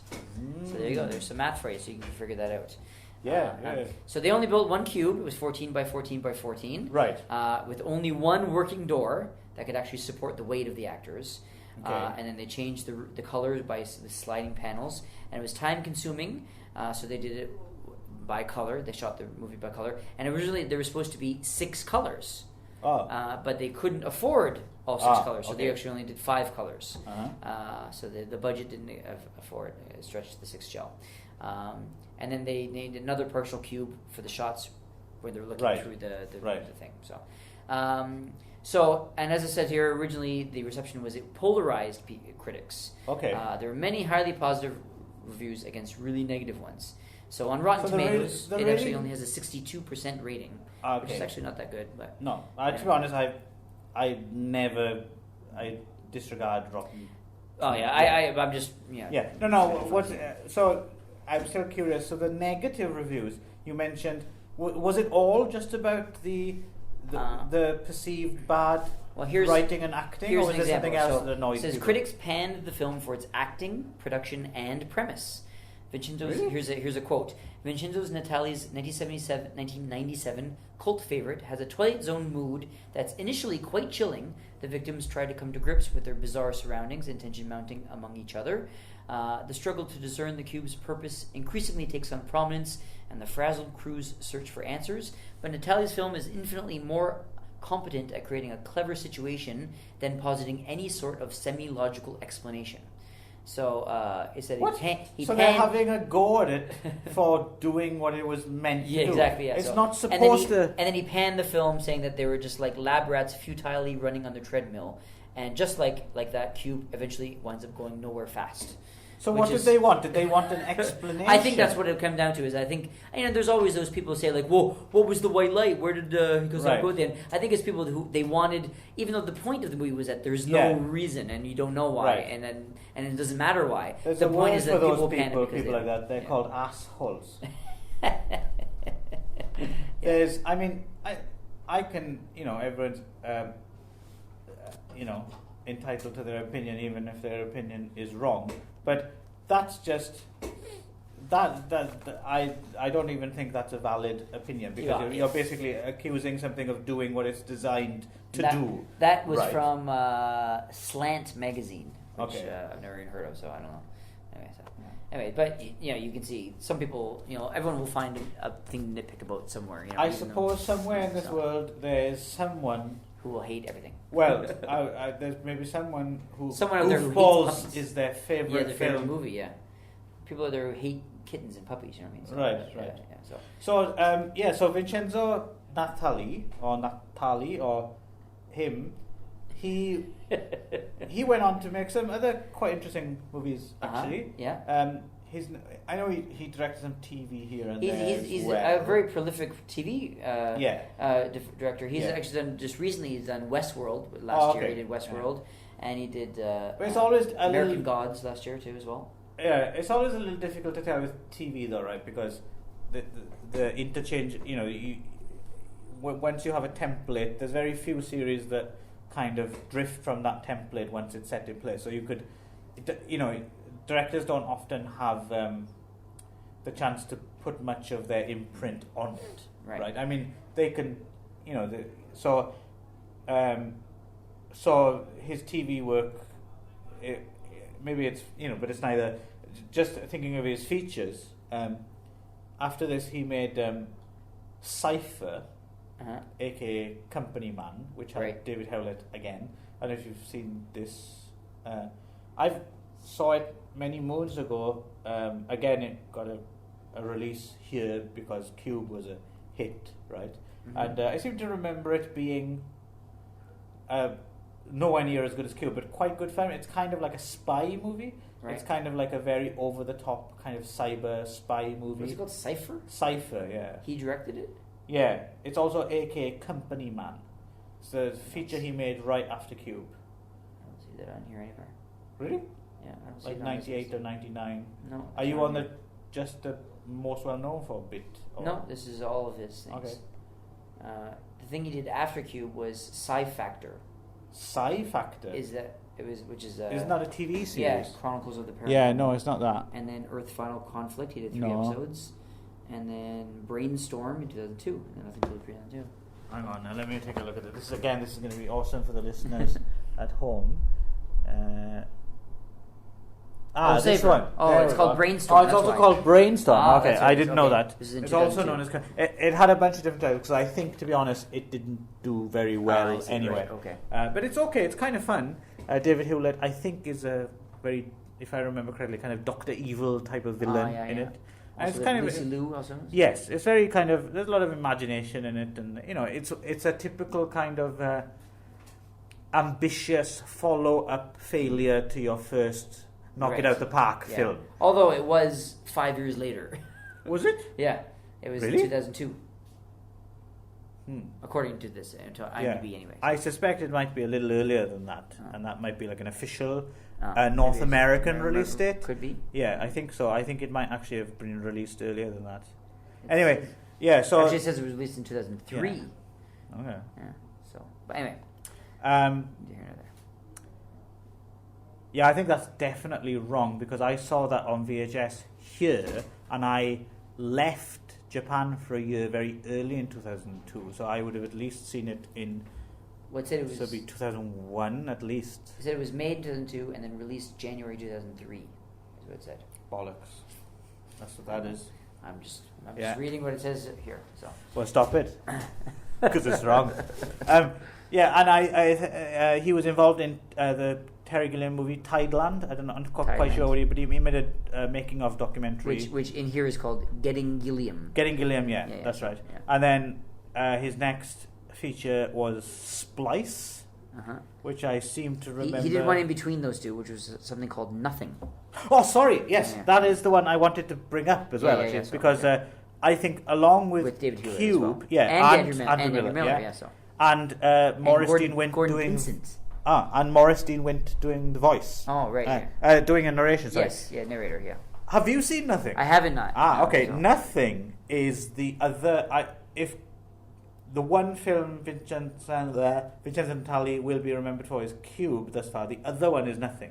Nothing is very, very good, and basically, in a nutshell, it's about David Hewlett and Andrew Miller as a couple of guys who live in like a tumble down old house, which is kind of smack dab in the middle of a city, and all around them there's like an expressway and stuff, and it's noisy, and it's a little bit like again a Gilliam, because I think Vincent Natali must be a big Terry Gilliam fan. Do you remember that Terry Well, he Gilliam? did the Gilliam movie, right? Yeah, there's do you remember that Gilliam animation from Monty Python where some guy lives in a little house and is in a busy city, and he decides like, oh, I want to get out here, and the house just gets up and moves. Do you remember this?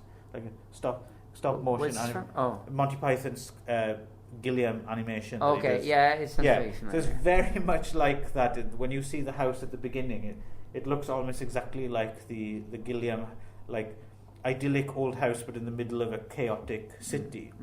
So these two characters basically wish that it would all go away. I wish they'd all just go, and it does. And they wake up one day, and there's absolutely nothing outside, It's just like white the white, void, like white void from the yeah. end of Cube, yeah. So. But Nothing's very good. I would recommend Okay, I'll Nothing. definitely yeah, take that one out. So definitely. that's his other. Yeah, and then he did Splice, which was I don't remember much about, but I seem to remember it being okay. It was okay. It was a And then decent sci-fi kind of Haunter, horror which sci-fi. was less okay, with Abigail Breslin. with Sarah Pauli. in Splice. In Spice, yes. yeah. So And then Haunter with Abu Ghraib, that was less okay. And then he did a segment good. of ABCs of Death 2, which I didn't see. And the other... and then since then he's done a lot of TV shows. He's done Right. a lot of like horror or sort of thriller type TV shows. Right. Hemlock Grove, he did an episode. Okay. The Returned, Orphan Okay. Black, Hannibal, he did 6 episodes. Wayward Pines, Luke Cage, he did 1. Westworld 1.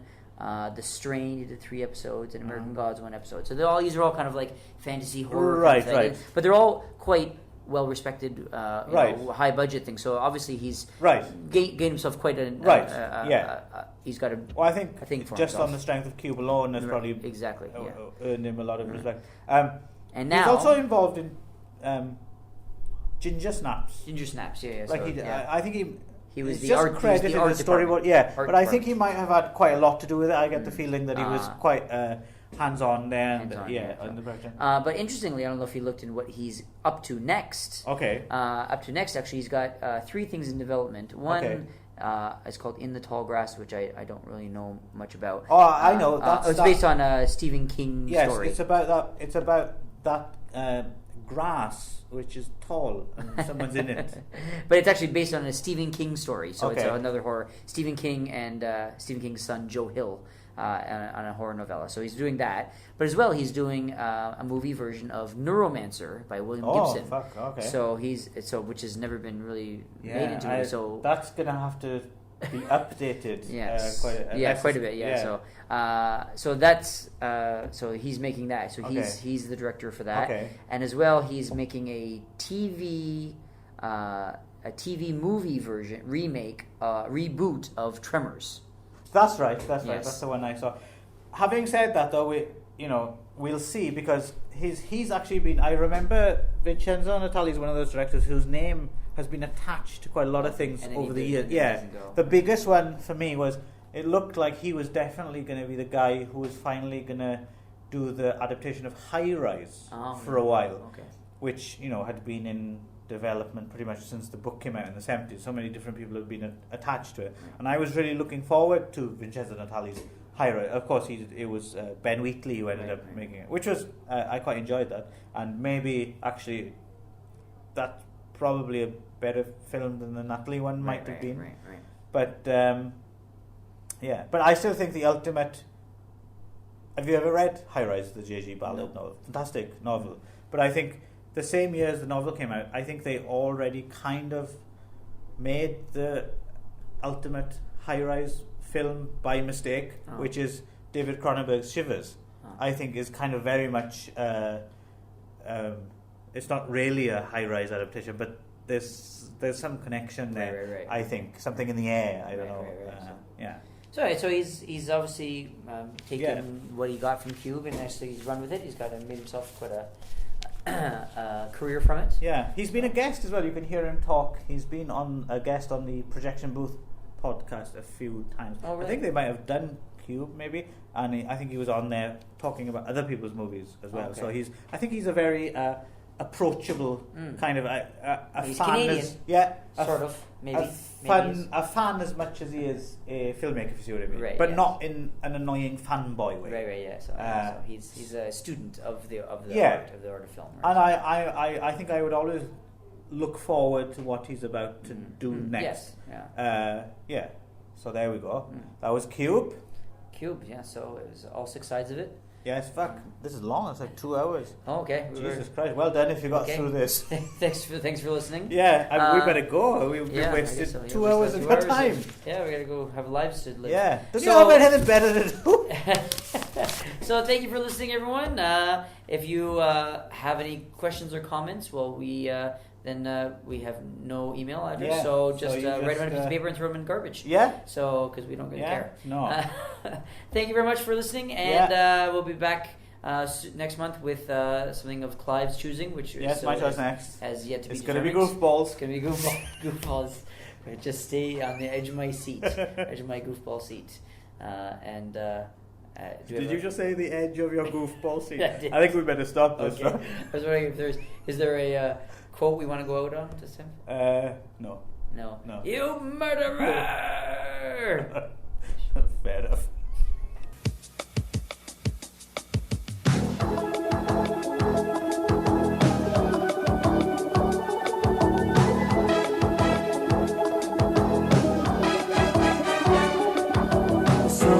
sky, the heat on my back, no cares. The crash of the waves, smell of the sea, no cares. I've lived my life, broke the rules, and ended up on top. Just cruising down the highway, I hope I never stop. I took it all, gave nothing back, we'll call it